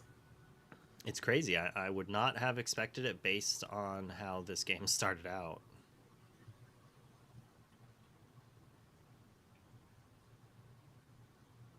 There should be enough time, but notably we're down to 6.5 minutes on the clock here. I feel like even if it was go to time right now, this game. Yeah, the extra turns, we're gonna find a victor. I mean, maybe, but it's most likely he won't be able to push it through if answered fully. Especially after drawing 3 or 4 cards and looking at 5. But he could just have Sisu. And because there hasn't been a single time in this game for Riley to profitably play a Sisu, I feel like. I think you might be right about that. And he inked so aggressively. He did. There was a Tala a couple turns ago.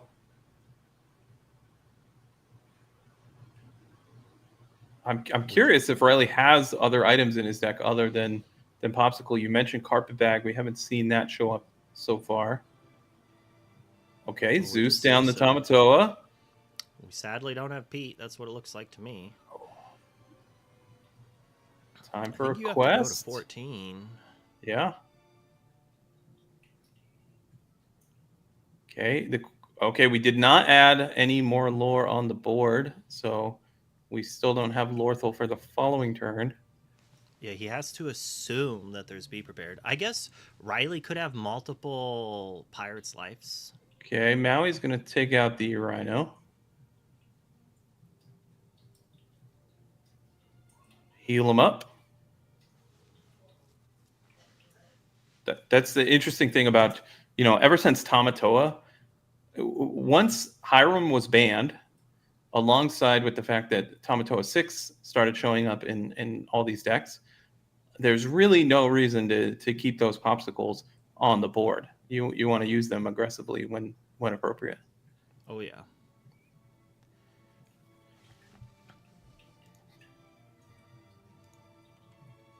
Okay, Tala. So an excellent turn for Riley. However, still leaving a threat on the other side of the board.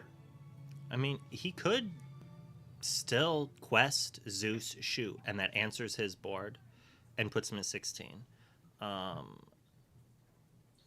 Inking a vision. Riley's hand must be very good at this point if we're inking vision. Yeah, Like, it almost that has to be. seems suspicious. Maybe Habibi is paying Riley to throw the game, so Habibi can claim he's like, I won for our team. It was all me. Okay, and we see the play that you hypothesized might happen. We had the Zeus to clean up the board with that aerial. And second manner, do we have a way to answer this aerial? I mean, we have to. We see I'm assuming he develop, and drew the develop, develop came and after the now manner. Medusa. Medusa finally shows up. Amber Steel's worst enemy, Madame Medusa, is back and better than ever. Beast Pete 1-drop that doesn't get got by Sisu. He hasn't played a We've Pete seen lore. this game. There is a sequence. Like at 16's crazy. But if the Pirate's Life gets sang next turn, I feel like it's lights out. I guess Pirate's Life was sang last game, so what do I know?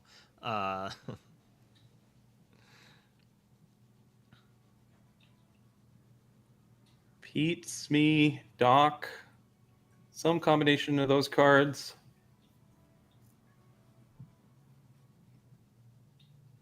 It's like Pete, Baby Doc, or like Blank Doc, draw 2, try to draw something good. But if his hands are just like Rapunzel's... Because of those two manners, this has to be a good turn for Sky. And he's got cards to work with. It's just a matter of what cards are they.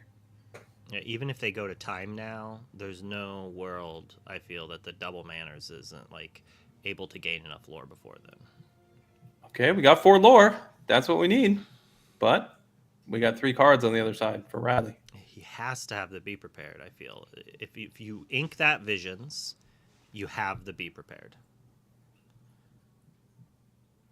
That's not a Be Prepared.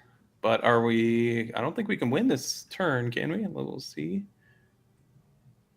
But he was quick to deploy the Pirate's Life. So now he's out of the woods, though. And now it looks like if he sings another Pirate's Life, the game's over, I think, as well. We're questing. Even questing, like, because he has to answer that, and he's probably going to play a Shark here. No, if he had Shark, he would have played it first. So Tala, Super Goof. We need an imaginary card that hasn't been printed yet. Banish all locations. All right, so we could use this game's not over yet because we could what do you got? the goof and then challenge the hamster on the Medusa quest for 2. Pass Riley goes to 19. Hope there's not a shark, not a Pirate's Life. If he had Pirate's Life, he would have sang it and won the game. I think there's no way he doesn't sing the Pirate's Life instead of questing. So there are outs, but it seems very few and far between. But they kind of line up for how his hand's been laying out. Like, I would assume he has removal in hand.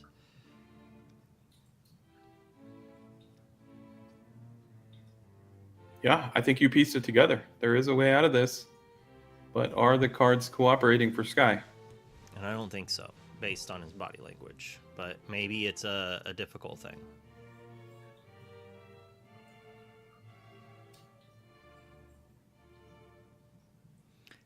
I mean, it's possible he only has 6 inks, so he can't double Zeus. Sky's 2 lore short. Yeah.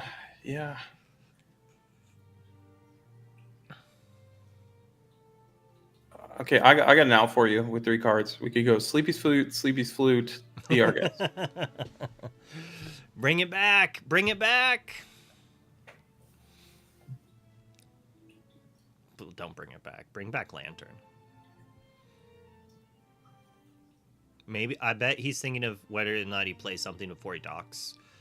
So, be our guest. See, he had to be our guest. He had So the he's part of my thinking plan. He's like, how do I win with this? All right, Doc discarding a beast, drawing 2 cards. What do we got?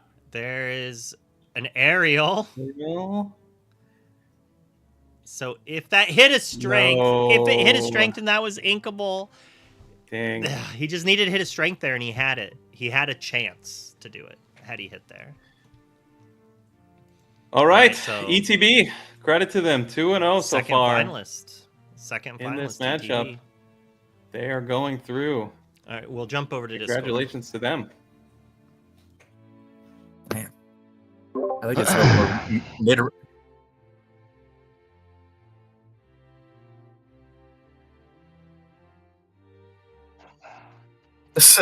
Yeah. It was a Sisu and Pirate's Life. Pirate's Life. That's pretty good. Yeah, I had 2 in my hand for a while. I just needed to find a window to cast them.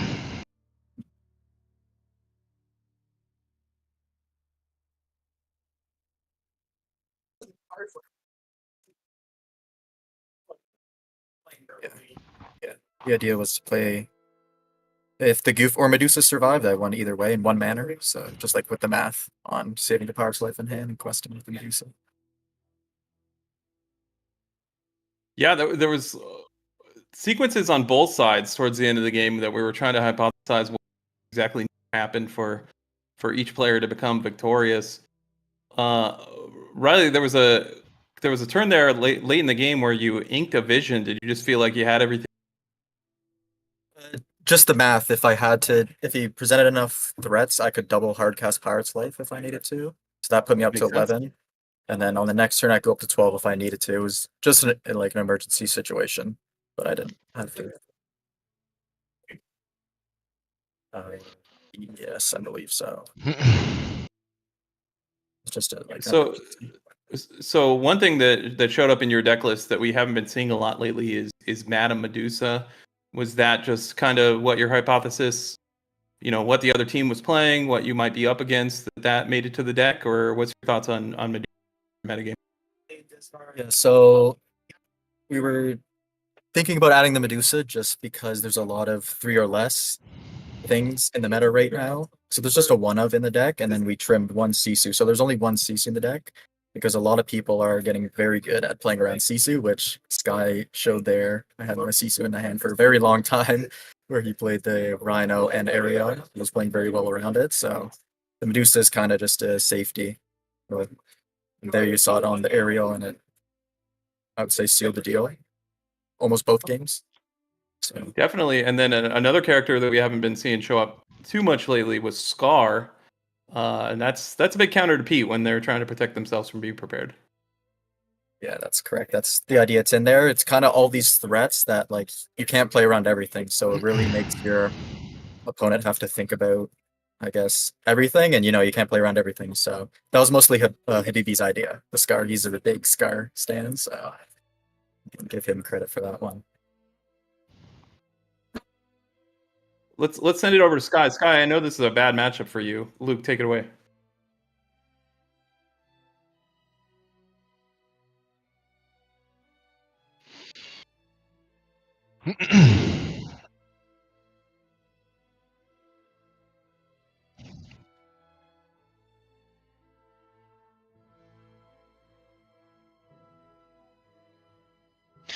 Yeah, so game 3 was, I actually didn't really want Pete. Like the way that game went was I had a lot of stuff that didn't die to Sisu. As you can see, I was just kind of turtling with stuff that was above 3 attack. I kind of knew he had Sisu just the way he was playing, and I was like, okay, well, what happens if he has Sisu? I was stuck with 2 Zeus. Unfortunately, I had a really unfortunate starting hand. It's 2 Zeus. My turn 3 was just sing a storm to get it out of my hand on my own Rhino, which was awful.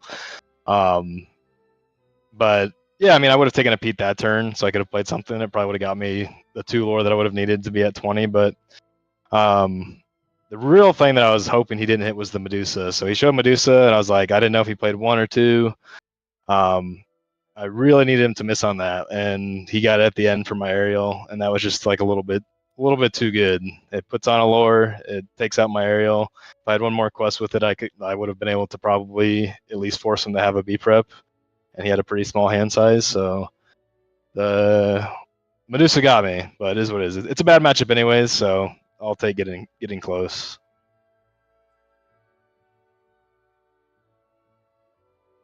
Is there Oh, any I cards you guess- consider when you think about this matchup that you could, add to the deck in the future? I know we're going to have a rotation soon, but what are some cards you've maybe tried to better the matchup overall? So I've tried a couple things, just making it more aggro, piglets, stuff like that. I had ladies in there at one point, but this matchup is very close. Even if you're like aggro Amber Steel, like you have to have your full aggro curve to kind of go under them. So if you kind of like halfway put your deck between like aggro and mid range, it doesn't really work. You just kind of get slightly higher for the games that you lose. You still get wiped, and they stabilize.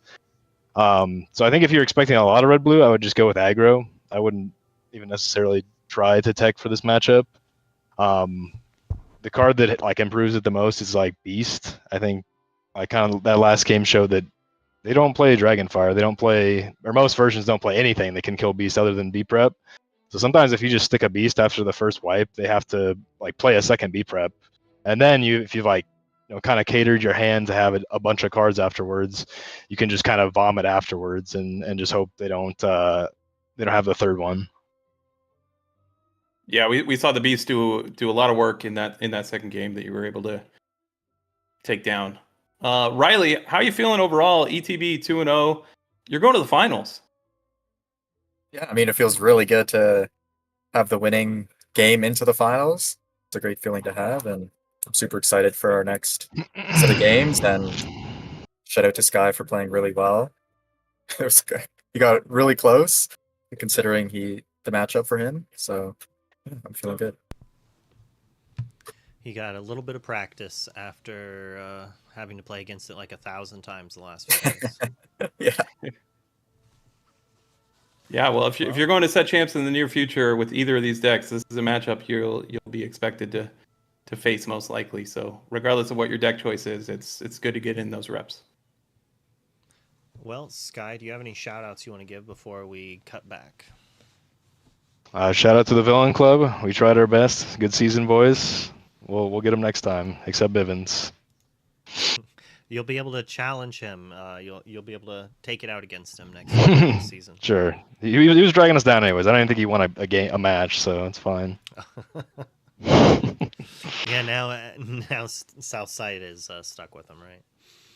Yep. Free win next season. Riley, any shout outs you'd like to give? Yep, probably along the similar lines as Joseph. Twin Moons Endgame sponsors, and then my team. We kind of cooked up this list a little bit together. So yeah, I think it worked out pretty nicely. That it did. Credit to you. All Nicely right. done. Congratulations again, being the second team to make it to the finals of an ICL. So we're going to have ETB versus SLTC. It should be on Friday, but we're going to double check with everyone to make sure schedules all work. Until then, we're going to jump back into the booth. All right, you heard it here first. If you want to be a finalist in the ICL, which of course is an acronym, you need an acronym team name. I think that's the trick. Exactly. It needed to. Yep. I was going to make a joke, and I was like, you know what? Acronyms are dangerous, so I'm not even going to try. Not even going to try with that. What does it mean? It could be anything. Yeah, that's the problem. It could be anything. It could be a house. So it was great having you in here for this semifinals match here, and you predicted ETB had it. The caster's curse is apparently back on me here. I think last week was a slight break from the caster curse. Sometimes I just like going against the grain. Villain Club, excellent season, great team, lots of high quality players on that side of the field, if you will. But ETB, no slouches. They got it done here today. Oh, yeah. Elias has been predicting it for a while. Was it ego? Was it fate? Who knows? Probably both. But I know he has to be ecstatic to be making it into the finals here against SLTC. Yeah, And should be a great matchup. But we're not done here today, right? oh yeah, we Got have one more one match? more. Even though it's all done, we have Wochuk coming in to take down Habibi, put him in his place, be like, if Sky had drawn well, what would have happened? Let's find out. These kind of matches, it's for honor, it's for glory, and it's for fun. Do you have any shout outs you'd like to give before we cut it over to JDZ Quest and Colors Law? Just thanks for having me as always. Love the ICL crew, judges behind the scenes, doing a great job. You can find me on Twitter at Shaner's Edict, and I'll be watching this last match from the sidelines. But like you said, they're still playing for pride, and I know both players have a lot of it. So looking forward to it. High quality play. We're coming over here, and I'll see you all on my channel later, and we're gonna pop over. Oh yeah, just like that. Oh. We're in Color. How are you? How have you been? Long time I'm no here. good. I know. They haven't let us in the same place at the same time in a long time, have they? I don't think they would allow that too often. I think that's quite dangerous to have us two in the same place. Nothing gets done. It's just going to be a bunch of nonsense. I I'm kidding. know. It's nonsense. That's why you need to come to Maryland. So I'm coming. hopefully somebody's got to keep us together in Maryland, right? There has got to be one adult that can keep us. For sure. on They'll track. keep us separated. But have you had a chance to see these matches though? Did you get a chance to watch what happened here? I have watched. I was saying that even though ETB has already gotten it, maybe this last match goes so well that Villain Club there's just a 3-way finals. You know what I mean? Yeah. So Alex has to really just phone it in here, and maybe there's still a chance. That's how tournament that works. And right? the war might be over, but the battle is not done. We got Wochuk in the building. We got Habibi in the building. Two phenomenal players. So you need to still be switched on. Granted, they're not playing for the final spot in the finals, but still, I think it's going to be a great match. And I already saw him in chat duking it out. So is there some bad blood here? Is there some? Is there some ill will? It's all harmony. Okay.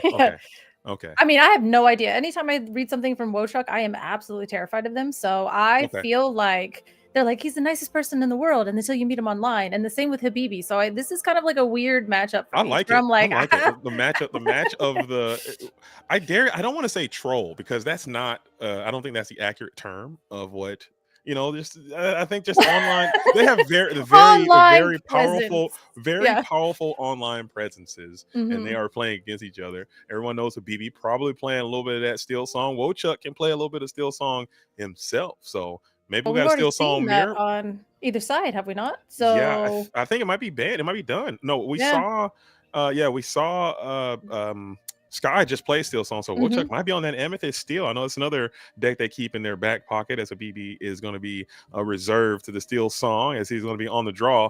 Alter phases are complete. Color, you ready? Are you locked in? Are you motivated? I've been locked in, and I love his mat. I was shout out Demon Slayer. It's good. It's good. Already winning the mat there. Yeah, I love it. I mean, Okay. I do. I like it. That's fun. I've seen a few episodes. I haven't watched the whole thing. My daughter's a big Demon Slayer fan. I like it. It's one of those where, we're inking. Yep. So we saw the Amethyst because we see a bog into a broom. There it is. So he is on the patent pending Amethyst and Steel. I would only assume, again, you never know, could be Blurple. Wochuk's got a pretty deep bag, as the Lawrence is going to get down to the Inkwell, followed up by a no one-turn play. Oh, that's a slow start coming in for him. Habibi. Never mind. Check that. There's a Rhino. He's just a little delayed on the deployment there of the 1/16th Wolf as a kick back on over to BB. But still, yeah, what do you think about this matchup if it is Amethyst and Steel versus Amber Steel? Are we seeing Amber Steel? So yeah, we're doing the fishy, why are you sleeping on the camera there? Okay. All right. A little bit of focus. We're back. Yeah. Need a little bit of focus, a little jingle. Yo, Habibi has some really nice hands. He could be a hand model, I think. That's a Diablo into the Inkwell. That's good for a turn 2. I love it. All right. Just gonna pass right over there. That. We're gonna Zoolander it out here. He could be a hand model, and it is the Smee, and we are gonna quest the broom. You don't care about the shift line. Look at that. I like a little bit of tenacity in my leave that broom alone. Leave those brooms as long as possible. People they're popping their brooms, getting their card, which is nice, but at the same time, do something about it. you know? And it worked out because he did not have the shift for the Rhino to come in and crack that broom for you. As we just inked the Namari play the Cindy now. So Habibi still pondering what to do with that remaining ink, as we will potentially quest. I don't That's know. crazy. I mean, now I guess that Rhino just sits around, and it could potentially be the big, more powerful hamster, and that could come down a little bit later. Or do we quest and get our lore now?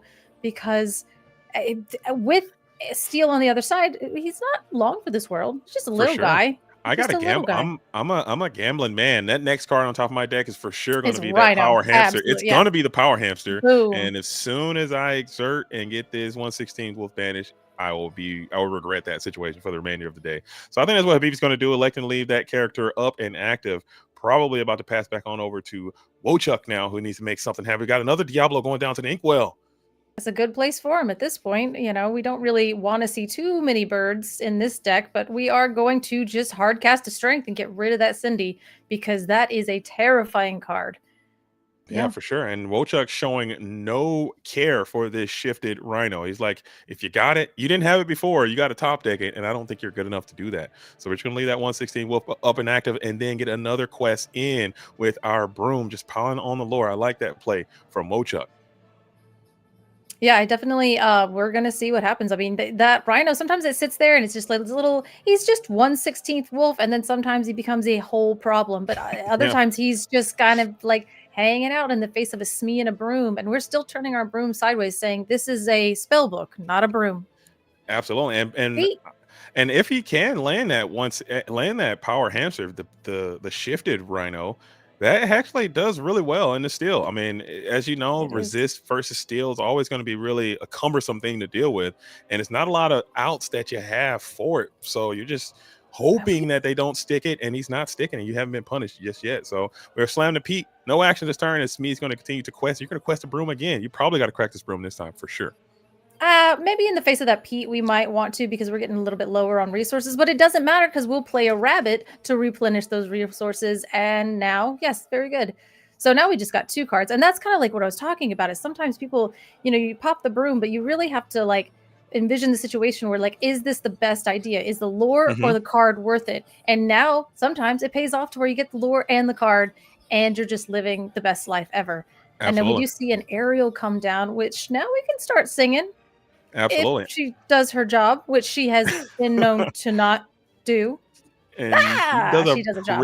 a pretty decent job. You do have a singer available. You can go ahead and rid the world of this Smee before anything can happen. Maybe even a bell to shift some of that damage. But like you said, I thought that was a great point.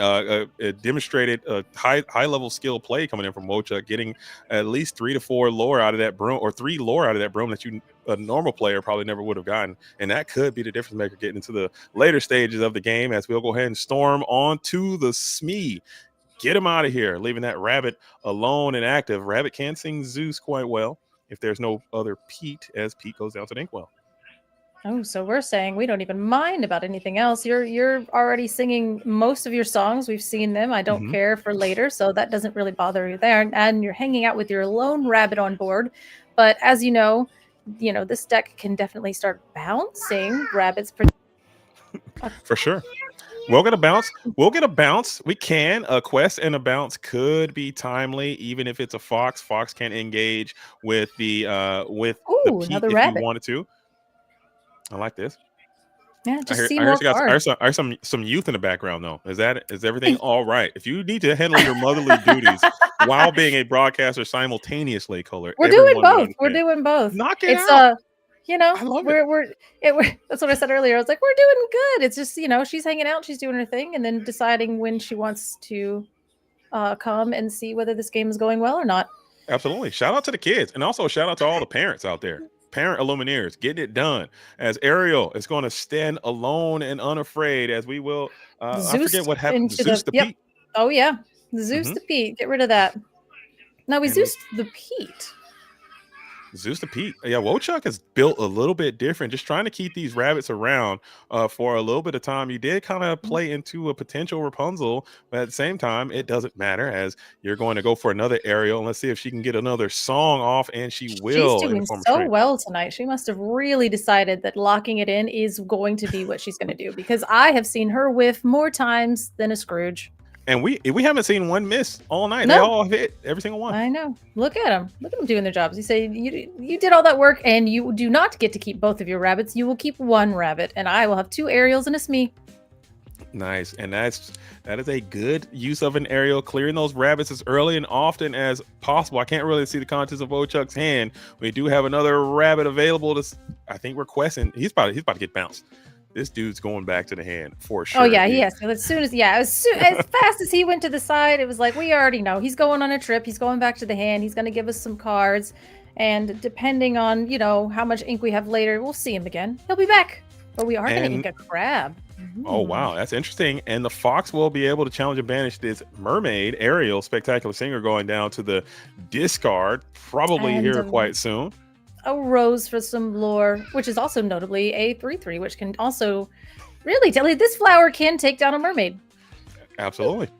And this is kind of coming together for Wochuk. I love the way that he's playing his Amethyst Steel deck. I enjoyed it last time I saw him put it together, as he's really squeezing a lot of value out of these cards, keeping a pretty decent hand. I can't tell if that's 2 or 3, as you're trying to kind of balance the whole new world that Habibi is known to play. And also 3. Yeah, he just got asked too. Yep, he just got how many cards in hand? And So he did have the 2 whole new worlds in hand. So that is a nightmare situation for Amber Steel. But after a while, you just kind of have to rip that off. You got to rip the Band-Aid off. You got to see what else you can get, because the whole new worlds aren't going to win you the game.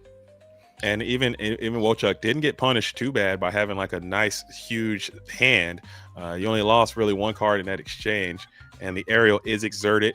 And you don't have another singer set up. You do have some ink to deploy, as you will send 2 more to bring out the troop. 4. Yeah. And we did see, a Naveen into the Zeus. Yep, that'll do. That'll do. And we did see that he did have to discard the rabbit and a goat as well. So that's some pretty iconic, Amethyst cards into the discard, which hopefully, we have more, but at the same time, we did get some really good cards. And the Naveen, and that enchanted Naveen too. Beautiful Naveen. And we're going to have him around for a while. Hopefully they print some pretty decent songs, not reprint the broken ones that we have. We already know that Whole New World is not going to be reprinted. Along Came Zeus. I think they can get that all the way up out of here. But maybe you tired of that one? I'm tired of the color. Look at that enchanted though. It's so good. I'm tired, Grandpa. I'm done with Zeus. Get it out of here. Okay, we've Zeused our last Zeus. As Goat and Pete coming in. Which is 4 strength, so that's pretty good. That was a lot of ink to play in the one go. But at the same time, the goat, sometimes if you're a little bit behind, it is 4 strength. And so putting that down is a sizable threat, especially when you have your 3/3. There we go, the upside down. Don't you dare play actions, Pete. I like that. And you really don't see Amethyst getting up to 7 ink. So again, Wochuk just committing cards to the inkwell to play around that whole new world, and it worked out quite good for you as you have out inked your opponent. However, they still have a full bouquet of course. They got a lot of singers on board. They got the whole choir up there right now, as you need to figure out a way to start clearing some of that stuff. Pete can hold you back a little bit, but that's not going to be enough to withstand for forever here. So you got to figure something out to clear all these characters sooner or later. Yeah. Are we still deciding what we want to take off the aerial, or are we just pretending like that's a song because she has finally whiffed? Where are we at with that? Okay, so we are going to take the strength.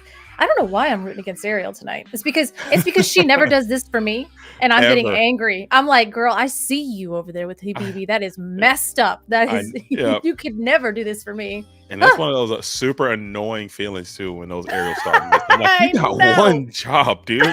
When she misses and then turns around and gets brawled, I'm like, dude, you got one job, dude. And I don't want to pay 3 to look at the bottom 4 cards in my deck. Habibi doesn't have to pay 3 to look at the bottom 4. Why are you doing this to me, girl? Like, But this is still a problem here for Wochuk. Let's see if he can maybe even start stringing more Pete's together, or maybe you can get a Pete bounce situation here to keep those Pete's rolling, because once the floodgates open with all of these singers on board and you have this resistant Rhino over there chilling on the side, this thing can get absolutely out of control here soon. So the Goat and Pete will both quest. You got a double bounce color, the rare and indigenous? I was about to say we got double Fox. That'd be crazy. But at the same time, you think that, because no, we could take the Troubadour. That would be something. I don't know. Maybe we're just trying to get our lore. You know, we're at 10. We're 12 now. If we are to bounce the Goat, I mean, that would take us to 13. Maybe potentially replay it. So we'll just race and then. For sure. I think that might be the way to go. I was thinking bouncing the Pete and redeploying the Pete, and I think Wochuk would agree, as we'll pay the 2 ink, bring down the Snake, pay the 3, Pete's back on the play. So all those songs and all those singers will kind of be neutralized here for a little while as we continue to expand with the SME. Yo, I like this board now for Wochuk, as you have a lot of lore in place. Yeah, that definitely, I mean, that was like kind of the way to do it. It was like, why don't we turn the Goat sideways, because that's going to give us an extra lore. So that's 13 guaranteed. But then we're going to replay the Pete and just deploy some things with lore on it that you can't do anything about. And Habibi being a little bit more far, like a little bit further behind, yes, we can turn those sideways. But the Naveen and the Rhino are the only ones with lore on it. And the Rhino has to go on a challenge to get rid of that. For sure. Goat. But Rhino will kind of set up for a potential Rapunzel if you had it next turn, potentially. Or you can just slam one of your characters to it to get rid of it. Or you can just continue to quest and say, you know what? Bounce this Pete again, and you might be in trouble there for Habibi. Can you pull it off one more time if you're Wochuk? I think if anybody could, it's Wochuk. We're watching some pretty high level people here. And like, again, the cards are usually in their favor because they're never in my own. It's because we see a Goat come down. Oh my goodness. See, yeah, just turn him sideways and race it out. How much lore is Habibi threatening next turn? As we will go Cobra that is pop, it for and Cobra that is game win. over. There, Holy. Doesn't matter because we just won the game. All right. That's awesome, man. Well played. Yeah. I think Wochuk played that amazing. Had the Cobra, had the walk-off, Goat gain a lore quest. Perfect line. I love the way that he put that game together on the play. It even goes back to those early turns that we talked about, Color. That the way that he handled that broom situation. I think a lot of players would have fumbled that bag and maybe got afraid of this or afraid of that and cracked that broom a little too soon and missed out on that 2 or 3 lore, and that ended up being the deciding factor for the game. So well played by Wochuk there, as Habibi really didn't do anything wrong. I think he kind of bricked up a little bit. Didn't have the cards he needed in time, and Pete just did what Pete does. So what does Habibi need to do in order to turn the tides of battle, Color? I think win. Thank you, Color. No. All right, guys. For some, hey, let me tell you, we got Color's Law. We have the deepest analysis you're ever gonna hear. Color's gonna break the game down. Check out her Meta-5 right now. Color's Law. What does a BB need to do? Well, JDZ, I feel as though win. Yeah. I mean, it is an elite strategy. Thank you. Yeah. I mean, that's what Mo said. Mo said at Worlds, his wife looked at him or like was talking to him and said, just win. And he did. Losing. Yeah, stop losing. Yeah, that's what it was. Yeah. That's my take. That's my usual take. It's like, man, I think ETB is gonna win unless Villain Club loses or wins instead. Yeah. I think that's what's gonna happen. We're all winners except for the people that lose. And that's really is a game winning strategy. No, but seriously though, I think if a BB comes out, and I think if he can coerce Wochuk into drawing a ton of cards and getting that blowout Whole New World, maybe bricking a Whole New World is not the vibe, you know, that's not the energy. Yeah, the 2 Whole New Worlds is like sitting on those being like, oh great, you know, they have 3 cards, I have 2 cards. Oh, I've been canceled.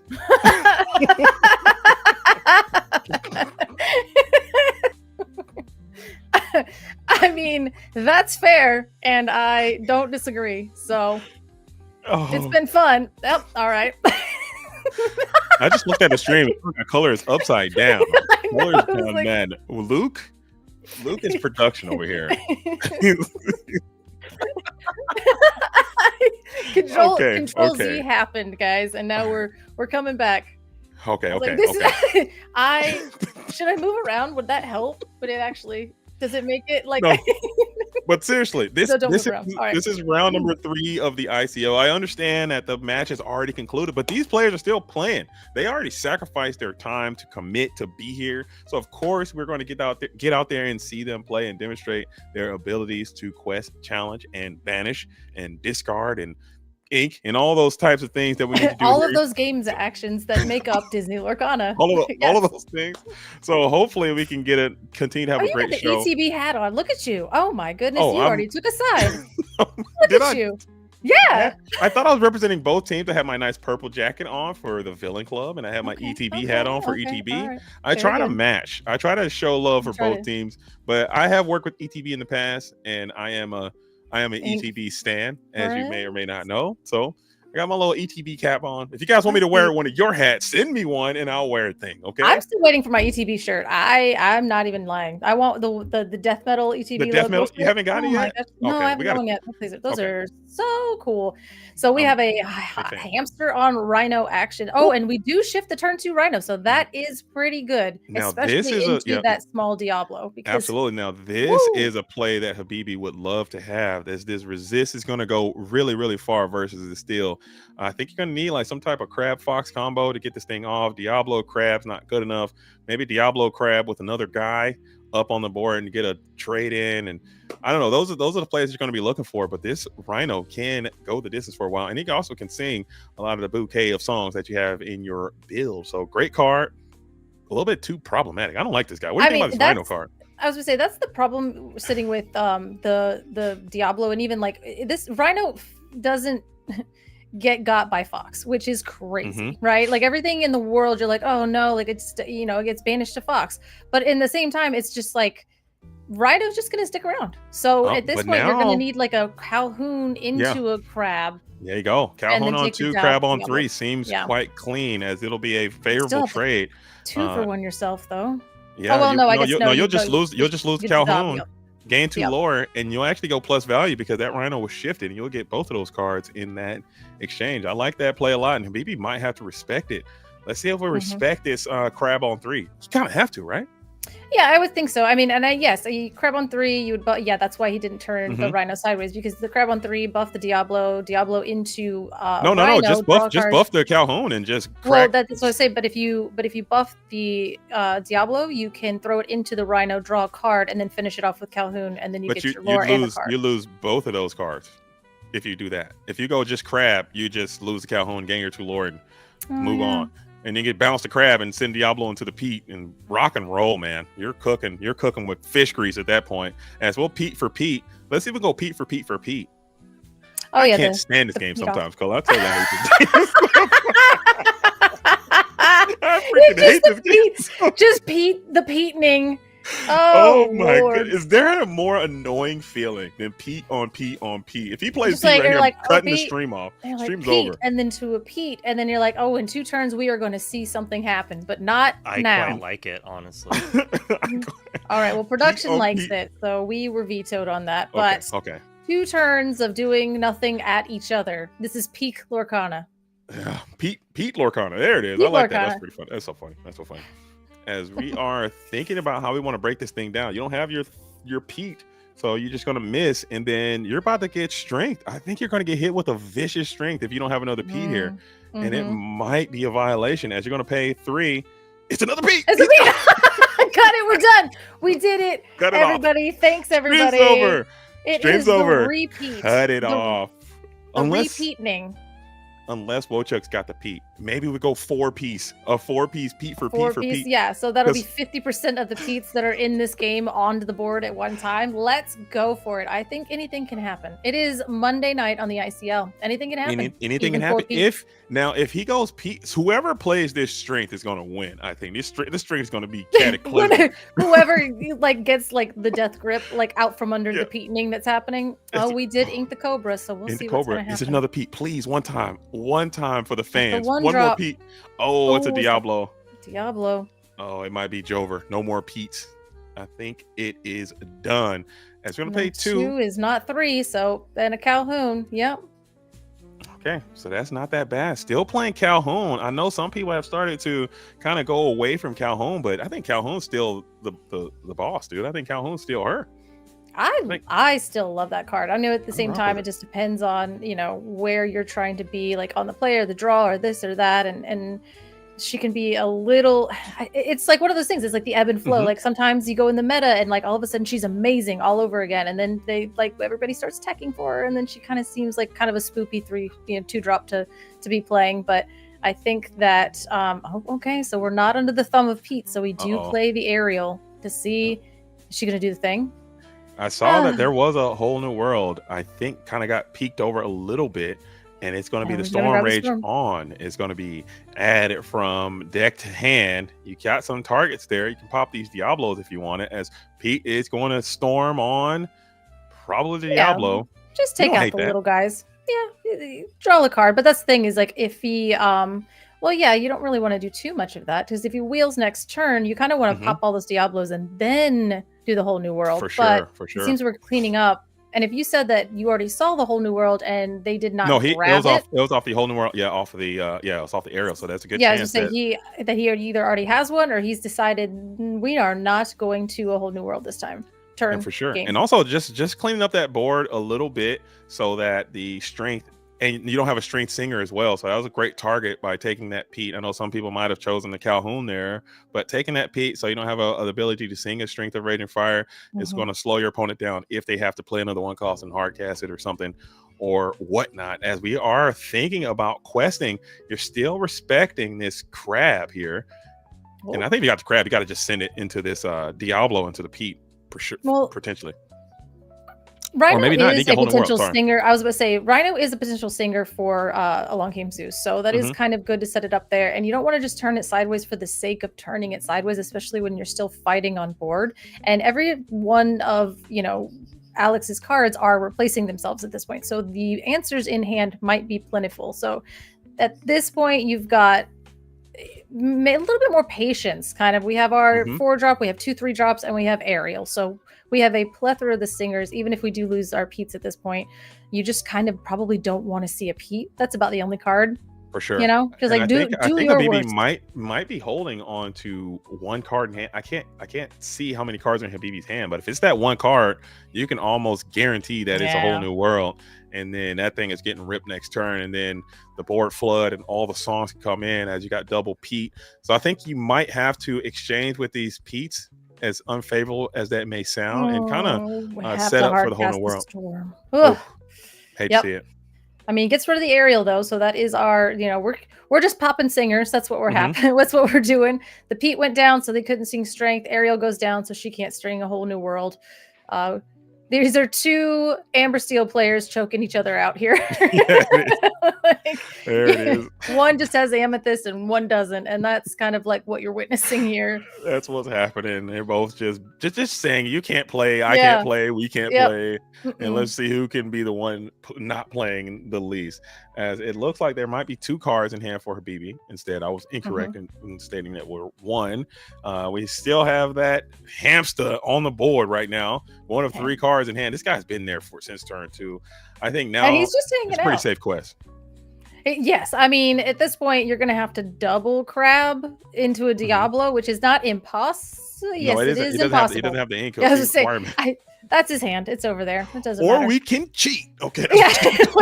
That's how. You know what? That's what he has to do. He needs to win and he needs to cheat. I'm just kidding. That was, you can do there's still, if you ink for turn and have crab and snake. You can crab snake and clear, but look at all that you got to do to get. I know it's like that's a big dance just to get rid of one hamster and draw a card. That's a lot. That's a lot of rigmarole you got to execute to get that off. So we'll see if it works, as we are hanging tough with the hamster in ball, kicking it. Diablo kicking it. 2 cards in hand for Wochuk.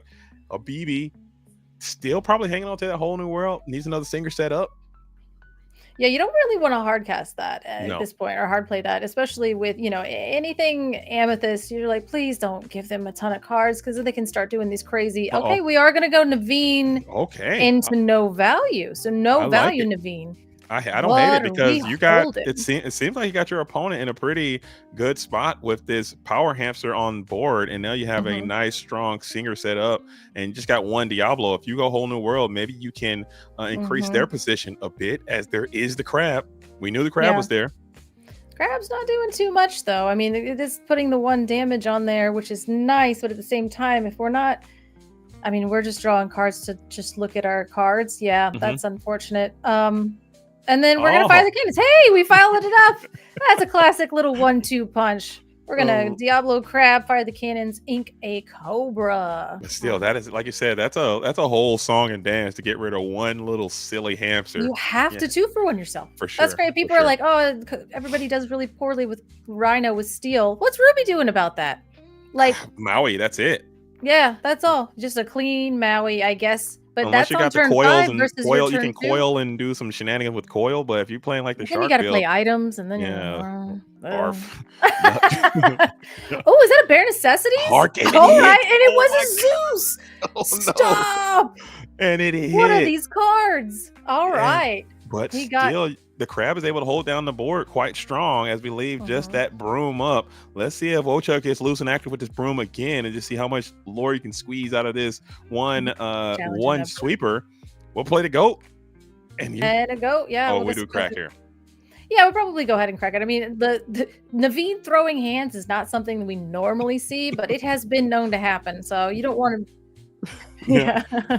Oh no! Is that a what's that color? Is that a dump truck? No. Is that a dump truck? Stop it! No. Stop it! Not like this. Is he gonna dump the Naveen? dump. Oh my god! No! You've been dumped. Put the damage on. Take your damage. But is it a May effect? Because you probably can't dump. You probably should not dump. Because you dump into a Rapunzel, you're gonna be like. Just be silly. Dump no value. Oh, what is happening? Oh, you just need somebody. I guess you're trying to set up a singer. You need to keep your songs off the top. Your strength has to be good. So you just need bodies. Dude, dump. That is probably the worst card I've ever seen played. Awful. A dump truck, no value. Dump truck, no value, and then he plays a Lawrence to follow it up, and you're like, man, I wish I had that dump truck in my hand. Oh no! But you couldn't do it. You can't risk just slinging 1 damage into the face of Rapunzel. That'll just be worse than dump no value. Dump Rapunzel stinks. I can't. Well, yeah, okay, so we do get a Cobra off the top. Do we have the card to discard? We do not. So now we're just gonna go wide. I know we're going wide, and dump truck is a legitimate card that is going to get us the lore. I'm dying. The dump is questing, dude. It's not. We are at 10, and dump truck got us there. So. That's what I'm talking about. Rapunzel trap, where, dude? Where? Rapunzel trap, where? No chance you're getting any Rapunzel value. You got to swing on the dump truck, dude. Just let him be. I mean, that's another thing. Like, let him live. Somebody played pick a fight, or no, like the duel one. They played dump truck on me and sealed, and then they played not pick a fight, but like a forced duel or something like that. And then forced duel. Yeah, so they got me with the dump truck, and I was like, oh man. And then then I turned some stuff sideways, and they played forced duel, and I was like, dump truck got me twice in one pack rush state. I got that dump truck. I like dump truck, dude. You got, dude. He's got to swing on the dump truck and get your clock cleaned by a crab. You're gonna lose your board. You got to swing on the dump truck. You can't. That's what I'm saying. You're insulated. You the gotta dump swing truck, on the dump, dude. Forced duel. Oh man, it was rough. It was rough. It was hilarious. And they were a new player, and they're like, they were like, does this work how I think it does? And I was like, yep. Yeah. Lawrence just it's a dump truck, so there's no damage. So Lawrence sorry, I'm dying. He grabs the dice. Okay, dump truck did his thing. Lawrence he gained a lore. He's gonna win by 1, and that dump truck was an MVP. It'll be dump truck, yeah. Or the goats that he keeps slinging down. So that is pretty significant in its own right. I'm dying. And we can go trade. You can go trade mode with this Lawrence if you wanted to. Just go Cobra into Lawrence. or you could quest if you also wanted to, as he would not present a Rapunzel trap. Yes, he would. The Rhino would be Right. able Yeah. to I was trap going to say the Rhino can Cobra. kind of handle anything that's on the board right now. So we are kind of like in this world where Yeah. the Rhino is a problem. Wouldn't that be hilarious? You crack into the Rhino, then play dump truck, and then pop the dump truck or pop the Rhino out. That's so good. Yeah. That is You know what I'm so saying? good. I mean, it's 2 for 1 of yourself, but at the same time, this is game 2 of round 3. Nancy, R&B. he There it did is. so well playing around this Rapunzel for so long. I Yeah. know he knew it was there, and I guess you just couldn't Well, resist yeah. for too long. As you get into the song, and you're going to be able to we just blast drank into the crab. Mhm. Yeah, we were waiting for it. Man. I mean, yeah, he was playing his absolute mind out, trying to make sure that he wasn't giving Rapunzel value because the dump truck play was Yeah, it was actually quite good. You didn't Yeah. you gained a lore, didn't lose any. You lost a little bit of tempo because it got cleared for free, but you didn't put any damage on it playing around Rapunzel, and sure enough, they absolutely had it. As you're going to continue to quest, you're getting those Mhm. glimmers moving. Let's go, gets another lore. I was like, Representing 15 in an Amethyst deck is not nothing. So now, we're at 16 because Wojo, he already put the lore. Before he grabbed the coat, he was like, let me tell you that I'm at 16. I'm at Yeah, but 16.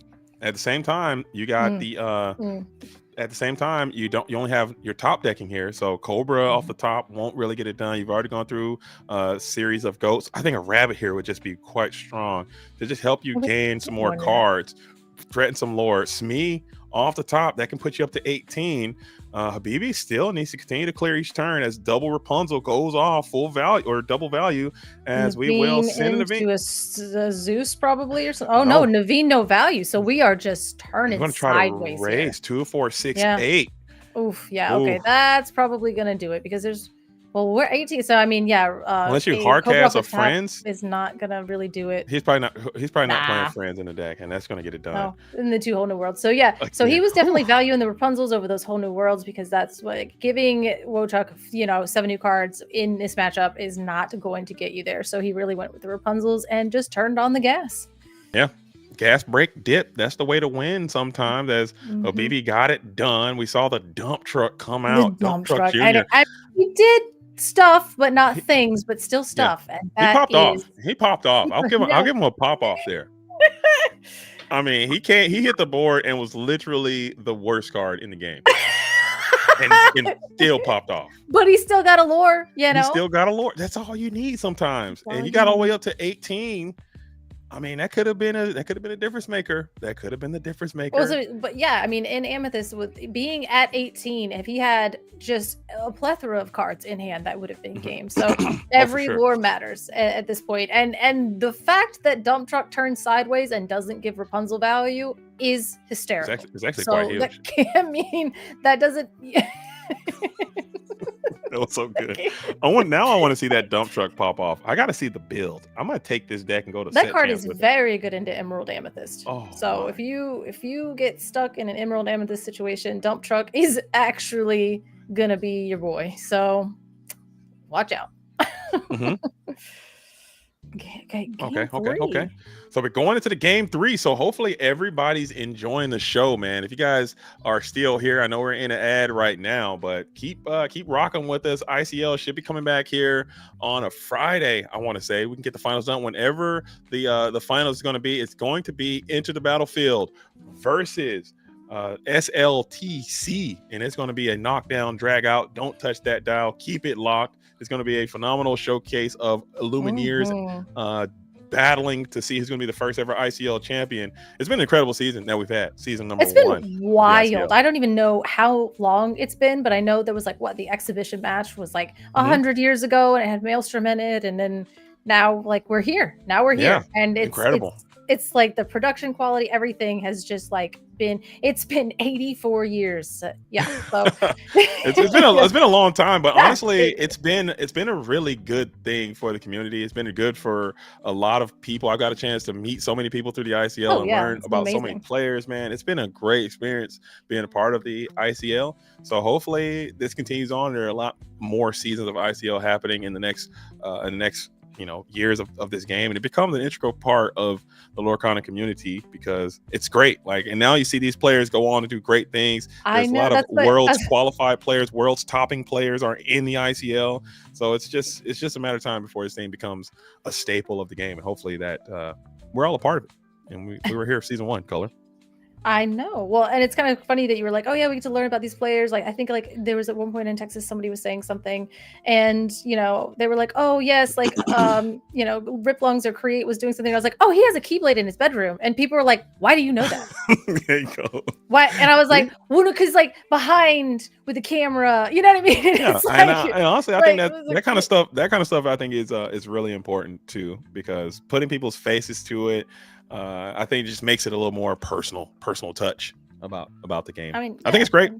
Who doesn't have a Keyblade in their bedroom? But I don't. I want one. Let me borrow one. I don't have. Well, 3D print me one. 3D print you. Yeah, they'll be like a little bit. Normally they're the metal ones, and those are heavy. All right, turn 1, Turbox Fellas. We haven't seen him yet. This game. Dude, turn 1 dump truck would have been a high metal play. No one. No one drop. Oh no. So this bog is going to be able to get some lore. And if we've seen anything about the way that Wochuk likes to handle their one drops, this guy is just going to turn sideways until the last possible second. He's a miser. He's going to put the squeeze on these one drops and get all the juice out of them before he cashes them in. I'm here for it. I love the Gressel. We're going to go triple one drop. Ooh. Oh, okay. Hibbibi's like, chill. Take it down a notch. You did not need to double 1 on 2, and all of them replace themselves. We love it. What if a BB dump trucks the Chernobog? I'm gonna throw myself out of this chair. I'm gonna vince myself out of this chair. Yeah. Okay. As the Troubadour is going to be posted up and active on 2, so now you have a certified singer and a certified challenger on the field of play in order to combat these. Look at that turtle. He doesn't know how to fight. He can throw hands. He's got that guitar. Can throw hands? Oh yeah, I bet he can put hands on people. We're gonna go ahead and cash in the Turtlebox followers now, because I mean, maybe if Turtle does decide to throw said hands, we won't get our card from it, and the 2 damage is not gonna really do too much onto a Troubadour. So, fine, get your card. Yeah, your reign is ended. Troubadour off the top with a honky tonk guitar bash to the head. I bet he can do that. I bet he can do that. We'll go to. We'll send out a Calhoun. So now the Troubadour is going to have to worry a little bit, even though Troubadour can tank a Calhoun. I mean, not a crab though, not a crab Calhoun combo, and Calhoun can absolutely not tank a Troubadour as well. So now we got a little bit of gamesmanship coming in of how you're going to put these challenges together. Yeah, that definitely makes it a little bit more difficult. Calhoun kind of gets out of there scot-free. The Diablos, he's like, turn them both sideways. He's like, what are you going to do? You're just going to aerial at me. And that's fine, because you're probably going to take one of the Diablos. But again, Diablo replaces itself. So I got my lore and I'll get my card. And that's what they're there for. And then now we have the Calhoun to crack back. And you have the Storm. Let's see if we deploy this Storm right now. And it seems like you're going to, but you got to be very careful. Crab it to Calhoun seems quite potent and powerful. I think Habibi's running the numbers right now of how likely that line of play is. Is it worth exerting? And it is, as we're going to go ahead and hit the Storm onto the Diablo right now to get another card. Right. And I think probably what we're worried about here more or less is just making sure this aerial doesn't get banished, because, if there are no singers, we did go double 1 on 2. So it's not like there is a 3-drop sitting around that we can start singing easily with. So getting rid of the Troubadour and the aerial is going to be a little difficult. So we do put a goat into the inkwell, which seems fine. So are we going to hard play some kind of mean song? No, it's a beat. It's a beat, which is a perfect beginning. Maybe that aerial and the Troubadour are a little okay. And we're going to fire the cannons, and then Calhoun in again, a little bit of lore, and Calhoun will tank that Troubadour 1 strength with her resist, and then we'll get another quest in. So now Ariel is going to be stunned there. No singing this turn. This is looking pretty good for Wochuk, as a BB's going to, maybe you can answer back with your own Pete, and there it is. Every single time, Pete on Pete. Yep, but that's good. I mean, Wochuk is already at 7 as far as this game is concerned, and we are, we're going into now. Has Habibi skipped? No, that's a little ink over there. These black mats with black sleeves and black blending in. It's a lot. So, yep, there we are on 4 ink, and we are already at 7. So, and going up quite a bit next turn. So, up to 10 and draw a card. This is looking pretty good for Wochuk. Still looking strong for Wochuk. You do have that spectacular singer up, and it is kind of protected by this Pete. So you're drawing cards. Maybe there's a world where you can clear this Diablo and get a whole new world off at a nice, equitable manner, potentially coming in. But this board is getting a little bit wide there for Wochuk. Maybe Wochuk wants to add some more characters to the field of play if you can. I think you are. You think you can ink in one cost. Yeah, I was going to say ink in one cost, I guess, but that would just, at this point, unless it's a Diablo exactly, you don't want to give him more storm targets. I'm sending dump truck instantly. You just need it. You're like, this is the worst card. Is he inkable? He is not. He's not inkable. He's not. He is absolutely uninkable. I didn't think he was, but you know what? It's a vibe though. He's energy. I bet that dude pop off. We're gonna see him pop off. Oh, I definitely, into Emerald Amethyst. I know he will just ruin entire Merfolk days, but into a Rapunzel situation, it's catch a Chernobog followers lacking, dude, and just pop his nugget, or maybe fire the cannons into a dump truck for a 3. That's a vibe. I like it. As we're thinking about what we want to do with this Pete Games referee, do you have another Pete that you would like to play? I think there's got to be a whole new world that you're thinking about ripping, but it'll be very, very low EV on the whole new world as you're trying to reduce some cards from hand. There's a Storm that we talked about. Storm on the Diablo. Yeah, we'll see what we get, and maybe we can get rid of those cards at the same time. You know, being able to Naveen wheel, right? And at some point is strength. Okay, so we are still valuing the fact that we do not want to give our opponents 7 new cards. And we're just gonna double strength. I was like, that Ariel's not gonna quest. That's not what she does, but she is a singer, and she's gonna sing the same song as Naveen. And we are gonna go for 3 onto the Calhoun, clearing the board. So you use a wide medley of tunes there to clear off of Wochuk's position. You got the hippity hoppity rabbit, Alone and Unafraid, who can sing Zeus quite well. We can sing Zeus at the same time. We can crab that into the Ariel, but we still have a Naveen on board, and that's just as terrifying as a singer. And you think he's got 4 enchanteds in his deck, right? He's not just like ripping the same Naveen over and over again. He used to have a maxed out max rarity deck, but he kind of sold a couple of pieces of it and reinvested in different things. As the Madam Mim Fox is a great card in this situation. We'll be able to bounce past that rabbit back to hand, load up, and knock this area right on out of the park, and potentially redeploy some more characters to the board. Because Wochuk, like we said in that first game, you got to play this really weird song and dance of keeping your hand not too full, but still not too weak to coerce your opponent to sing that whole new world. Yeah, and that's kind of like the thing is this great? Like, hopefully, like we could just deploy some cards. All right, so are we going to say yes? We are. We're saying I'm going to go ahead and put myself on low resources. I'm going to gain my lore. I'm at 13, and then now we're going to take your Ariel. So the only thing you can do is if Habibi's low on cards, you need to play a whole new world. But I'm at 13. So absolutely, I think that's a very heads up play. Keep your resources in a manageable range. So if your opponent is going to play whole new world, you got to force them into it in an awkward position for them, because he could have easily have just used that snake and did a rabbit snake bounce situation, gained a ton of cards in hand, got blown out by a whole new world, and you probably lose the game there. Yep. So we are going to see Bare Necessities off of Ariel, which is a wild set 1 thing for her to be doing. So just look at her doing set 1 things. Has she whiffed once? No, Ariel's going crazy today. Shout out to Ariel, man. I mean, she's like really putting it in. Maybe these Steel Song players got the memo. It's just like, you know what? I'm going to put 50 songs in my deck so this Ariel can't miss. She can't miss. Another strength. Well, I was about to say, yeah, that's definitely, I mean, Bare Necessities is not normally a card that you see in here, so that would up the concentration of songs in this. So now we're looking at an Ariel on board with a Naveen turned sideways, which is fine, but Alex only has 2 cards in hand, so unless that's like 1 drop into a Fox specifically, I think this Naveen might be a little safe. Yeah, I think he's kicking it as we're going to pay for. There is got another another rabbit. You kind of figured he had one Yeah. once he discarded one with that Cobra.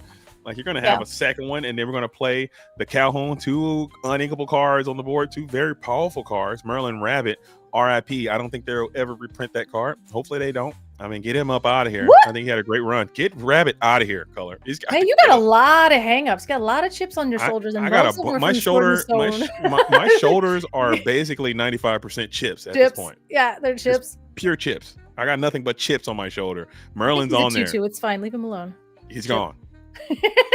Like all the sort of these aerials though, they have been showing up in mass. So that was, I think they saw all 4 last time, and we're already 3 deep with the aerials. Is this the 3rd one? And there's a whole new world as he slams that down with a little bit of frustration there, hoping not to see it as you're going to add it to the hand. I mean, I guess you can rip that thing right now if you wanted to. I mean, at a certain point, it seems like you kind of have to. You get put in these positions where you're just going to Zeus the Calhoun because that makes sense.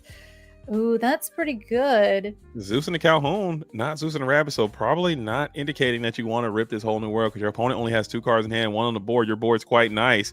One of your cards is whole new world. You got to figure something out before these Pete's start flowing, as he has not deployed a single copy. Never mind, there's a games referee right there in the discard.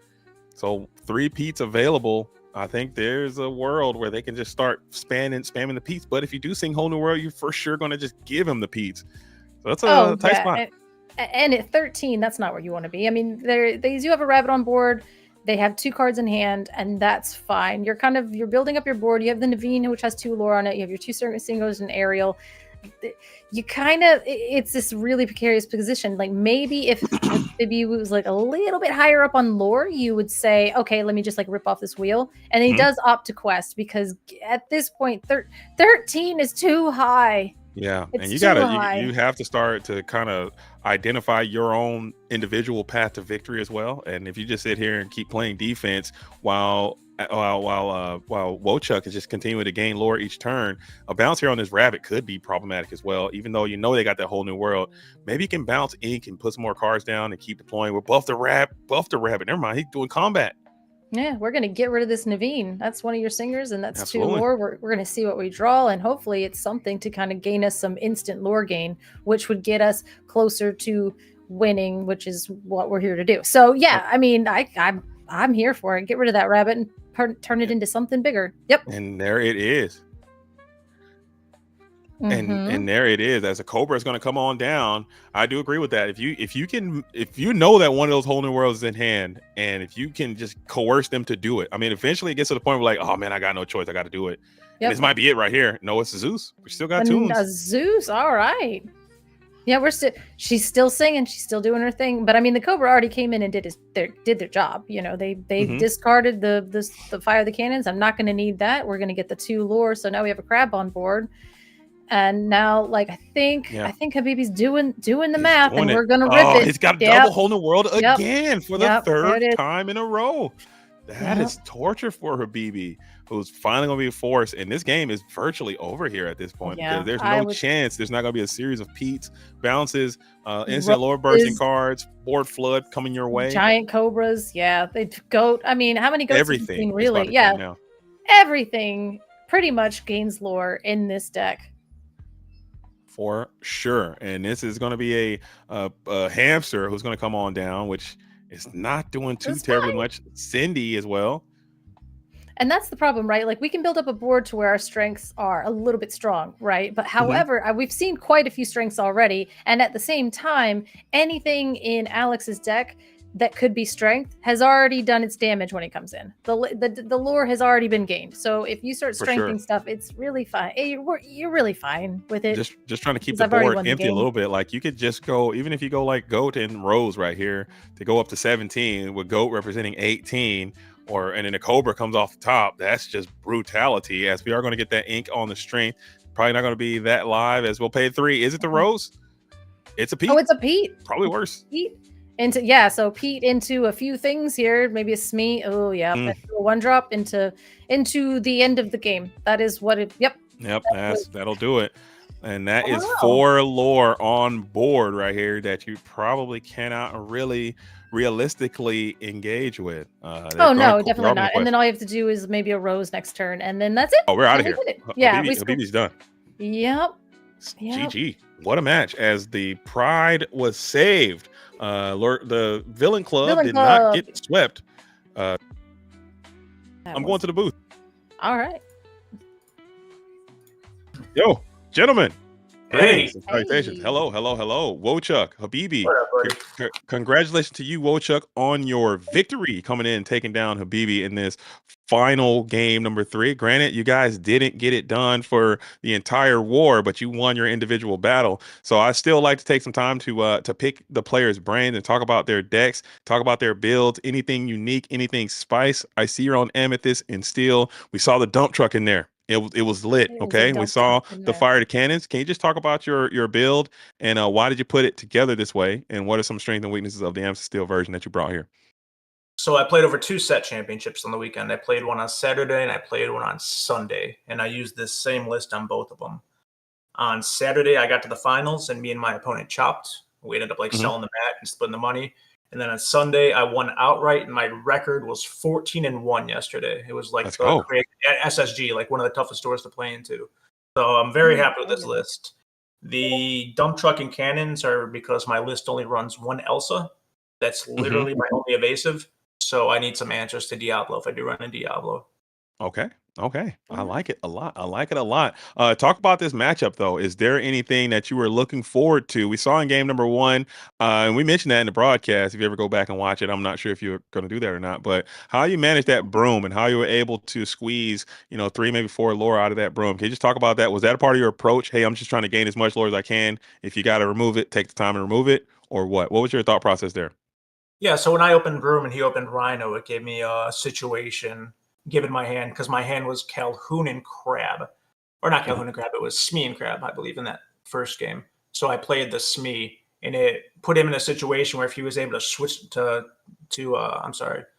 shift to Rhino and take out the Broom, then I would be able to Crab the Rhino back, which is just a trade that's way favorable for me. So in that position, I'm able to just squeeze the lore out of the Broom, and he can't really do anything about it. Nice, and it worked out. It worked out quite nice. I thought it was very well played, man. I like the deck a lot. I like the poise that you presented in that game number 1 and number 3, because there were some times we had to kind of blade run a little bit, and the deck bailed you out. But also the way you put it together. Color, what did you see from Wochuk's position? Any question you have for him before we kick it over to Habibi? I mean, less of a question, more of like, the part that got me. Definitely I mean, it is clear by like watching you play, like you like expertly kind of like moving through Amethyst and knowing when to bounce and when to discard and like getting that. So that was like definitely I really enjoyed that, especially at points where I think you bounced a rabbit and then decided like, hey, here's this rabbit, I have another one in hand. So I just wanted to kind of, say like that was really awesome. And then at the same time, the dump truck thing, I know you just explained it, but that really was hysterical when you decided to exert the dump truck and then there was no Rapunzel value from the dump truck. So like so the dump truck no value, but at the same time still worked out for you. How did you feel about that part of it? Were you just like, oh, that's a lore at this point? Or scary because he kept on holding that card in his hand. I'm like, is this a whole new world or is it Rapunzel? And if it's Rapunzel, I look like an idiot. So I didn't do the damage with the dump truck. But then like the next turn he played a Lawrence. And I'm like, wow, that would have been really good to have dump truck there to put the damage on the Lawrence. The next turn he played something else. And I'm like, wow, did I get the read wrong? Was it not Rapunzel? But then when I exerted the goats, it was Rapunzel after all. So the read was kind of right, but I ended up walking into it anyways because I just gave up at some point. I'm just like, I'm just going to start questing. I got to get going here. And it didn't work out. He got me by a couple lore in game 2. Absolutely. Still, I thought it was an incredible match, but we're gonna bring Habibi in, who Habibi is Amber Steel through and through. Got it done. Talk to me about those whole new worlds, man. Why are things so sticky? I mean, what's going on? Why do you keep doubling up on your whole new worlds? And what do you think went wrong in that matchup from your position? It's a favorable matchup. Just unfortunately, I didn't get to sort of have like the flow of like playing a singer and then having the song in my hand to actually remove the appropriate threat. Like when I wanted a Zeus, I was like I had a Storm. When I wanted a Strength, I didn't have enough to like clear the board, so it's relevant. Me and Chuck were talking about it during the game, but like it's like pretty ideal to just chain removal and then wheel in this matchup, and just an auto win if you get to do that. And unfortunately, even when he didn't have the answer, I didn't have the uh the punish for him. But he played it well, and then I think game 3 not hitting the 1-drop made my strength math off, and then game 1 like going 1-drop into 1-drop and not really having like a follow up that can address like a broom. Like if a broom is getting like 3-4 lore on an Yeah. Amber Steel matchup, something's gone wrong. But he played it well. It's just Absolutely. the deck didn't deck. Sometimes you draw your wheels together. Sometimes you top deck them against Bivens. There's balance in the world. Yeah, you guys had a nice little mini game, a little mini war in that matchup. You guys are doing a very good job of keeping each other's singers off the play and keeping the boards relatively small to prevent a potential strength of Raging Fire. So I thought the match was very great. Unfortunately, it didn't work out for you. I see you got some spice laid out to the side. Can you just talk about those cards you added to this deck and how they've been performing for you? Have you played some set champs or have you played any other tournaments? And what are those cards that you have there? The Aerial and the Namari and the Grab Your Sword. I was expecting to walk into an Amber Steel matchup or a potentially a Amber Purple Steel matchup with Wochuk. I actually wrote down in my deck list name, I'm gonna play Wochuk in round 3 on Purple Steel. So like the idea was I wanted to find the Sonic Warrior, and then basically just start firing off like multiple songs to clear out those like wider boards. I had the swords to punish like the wider boards as well. I don't like this card in like a general format, but like if you have an idea of what you're walking into, it helps out. And then the Namari's was like the hedge in case I played against Bivens and he was on items. So Okay. I had tech ready. Just unfortunately, I think that when I played the Aerial, I sent 2 Sonic Warriors and a Namari back, and then I played another Aerial and it sent a couple of the all the songs I wanted, so I could only pick one. So sometimes with like Scrooges and Aerials and those kinds of cards, like it sends down some of the key tech that you need for the matchup. But yeah, again, he played it well, and then I just didn't have the answers when I needed them. Absolutely. I mean, still, I thought it was a great match. Color, what do you think about this match? What do you think about Habibi's deck, his tech? What do you think about how it went down? Any questions or comments you have for Habibi before we start to close this thing on out? I mean, I definitely noticed that you were just drawing whole new worlds back to back, and then like Ariel didn't whiff though. That was kind of my favorite part. Is like I was watching you, and I was like, no, she doesn't do this for me. So again, shout out to your your luck on the aerials there. At one point, you said that there were too many songs to choose from. So what's that like? Yeah, when Ariel hits, it always feels good. Just like when Yeah. you need like a very specific song and it doesn't hit, it like almost feels as bad as if it just completely missed. Also, Chuck's like a notable Amber Steel player, so like he's not gonna walk into like No. me Ariel and then grabbing like a strength and winning the game. So he played boards that like didn't get punished by like 1 or 2 cards or a top deck. So he played it well and knew when to like present singers and when not to. So it was well played. But the aerials, sometimes they hit, sometimes they hit the wrong songs, sometimes they miss, and then you top deck the song that you wanted anyways. It's like a love hate dynamic. I'm a little happy about rotation. I'm sick and tired Like, of playing this. She's broken my heart too many times. Oh yeah. Yeah. But Yeah, I did. still, I mean, I was oh, gonna say, I sorry, did go ahead, Color. notice.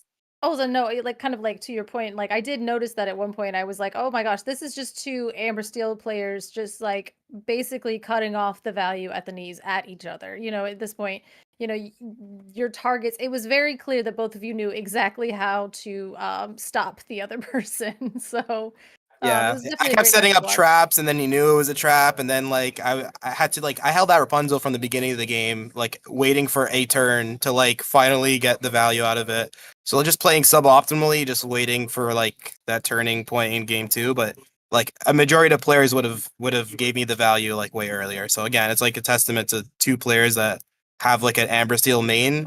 So like he knew how to play around it, and I knew I was trying to basically prevent him from singing Strength and Zeus in the same way. So it was a very very back and forth game, but he got there, and again it was fun.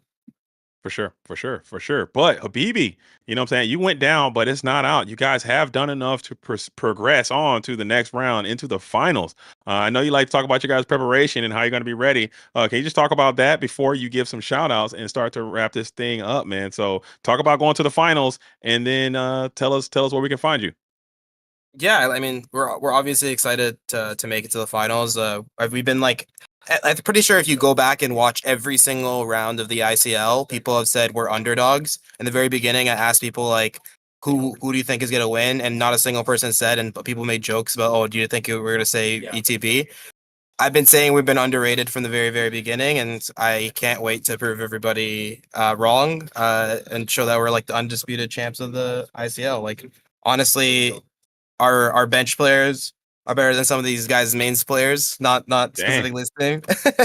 And Take the shots, not that we dude. have bench players, all the players are amazing.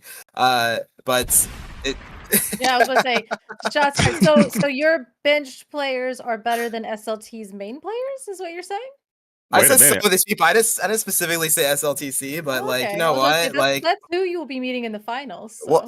we'll save it for Twitter. We'll save it for Taking Twitter. I'm shots, sure- dude. I like it. I like a little bit of energy. Hey, talk your stuff, man. You guys are going to the finals, so clearly you're good enough, and you can say what you want. But That's you know, it. We need to make it exciting and Just a asking good viewer. questions. Do anything. I can see a little bit of bias coming from color. I see the SLTC logo. I was on this asking. guy. I was asking questions. It's always good to find more information. Like, is Habibi crazy? Is that like, you know what I mean? Like, yeah, sure.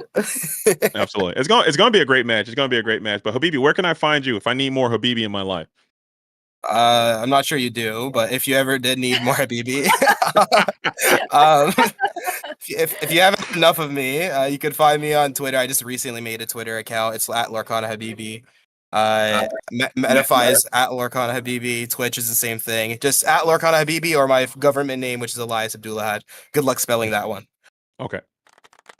I like that. I got the soundboard. Luke gave me the soundboard, so it's okay. I was it's wondering. I was over. like, man, Luke All is right. on it tonight. But now we kick it over to Wochuk. You came in, you put the team on your back. You came in too late though. You didn't get enough done, but still, we think you're a great player. I love watching you play, man. It's so smooth, so clean when you're on the wheels of steel. But where can I find more Wochuk? I'm gonna get some Habibi. I'm gonna fill up on that, and I'm gonna go over the top with some Wochuk. How can I find you? What do I need to know? How can I get it in? If you're looking to find me online, you can find me on Twitter. You can find me in the South Florida Discord. And if you're playing paper, you can find me at Southside Gaming. Let's go. Southside Gaming. Stand up, and be recognized. But still, incredible play. Congratulations on your win. And hopefully I see Southside Gaming and I see Wochuk and I see Villain Club back in this thing next season, gentlemen. It's been a pleasure. And thank you guys so much. Have a wonderful evening. Thank you all. Appreciate you all. Great job as always. All right. Thank you. All right, Color. We're going back to the booth. We're doing it. See if I push these buttons in the correct order.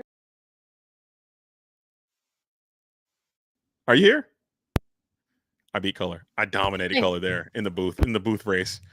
Color didn't stand a chance. She's still not even in the booth. She's not even mic'd up. Oh, I get. You're cooked.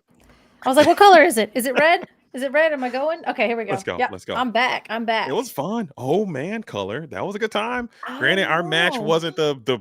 I wish we had a. It nice wasn't like the little- pinnacle of everything, but at the But it's same okay. time, we It had was- fun. It was still a good time.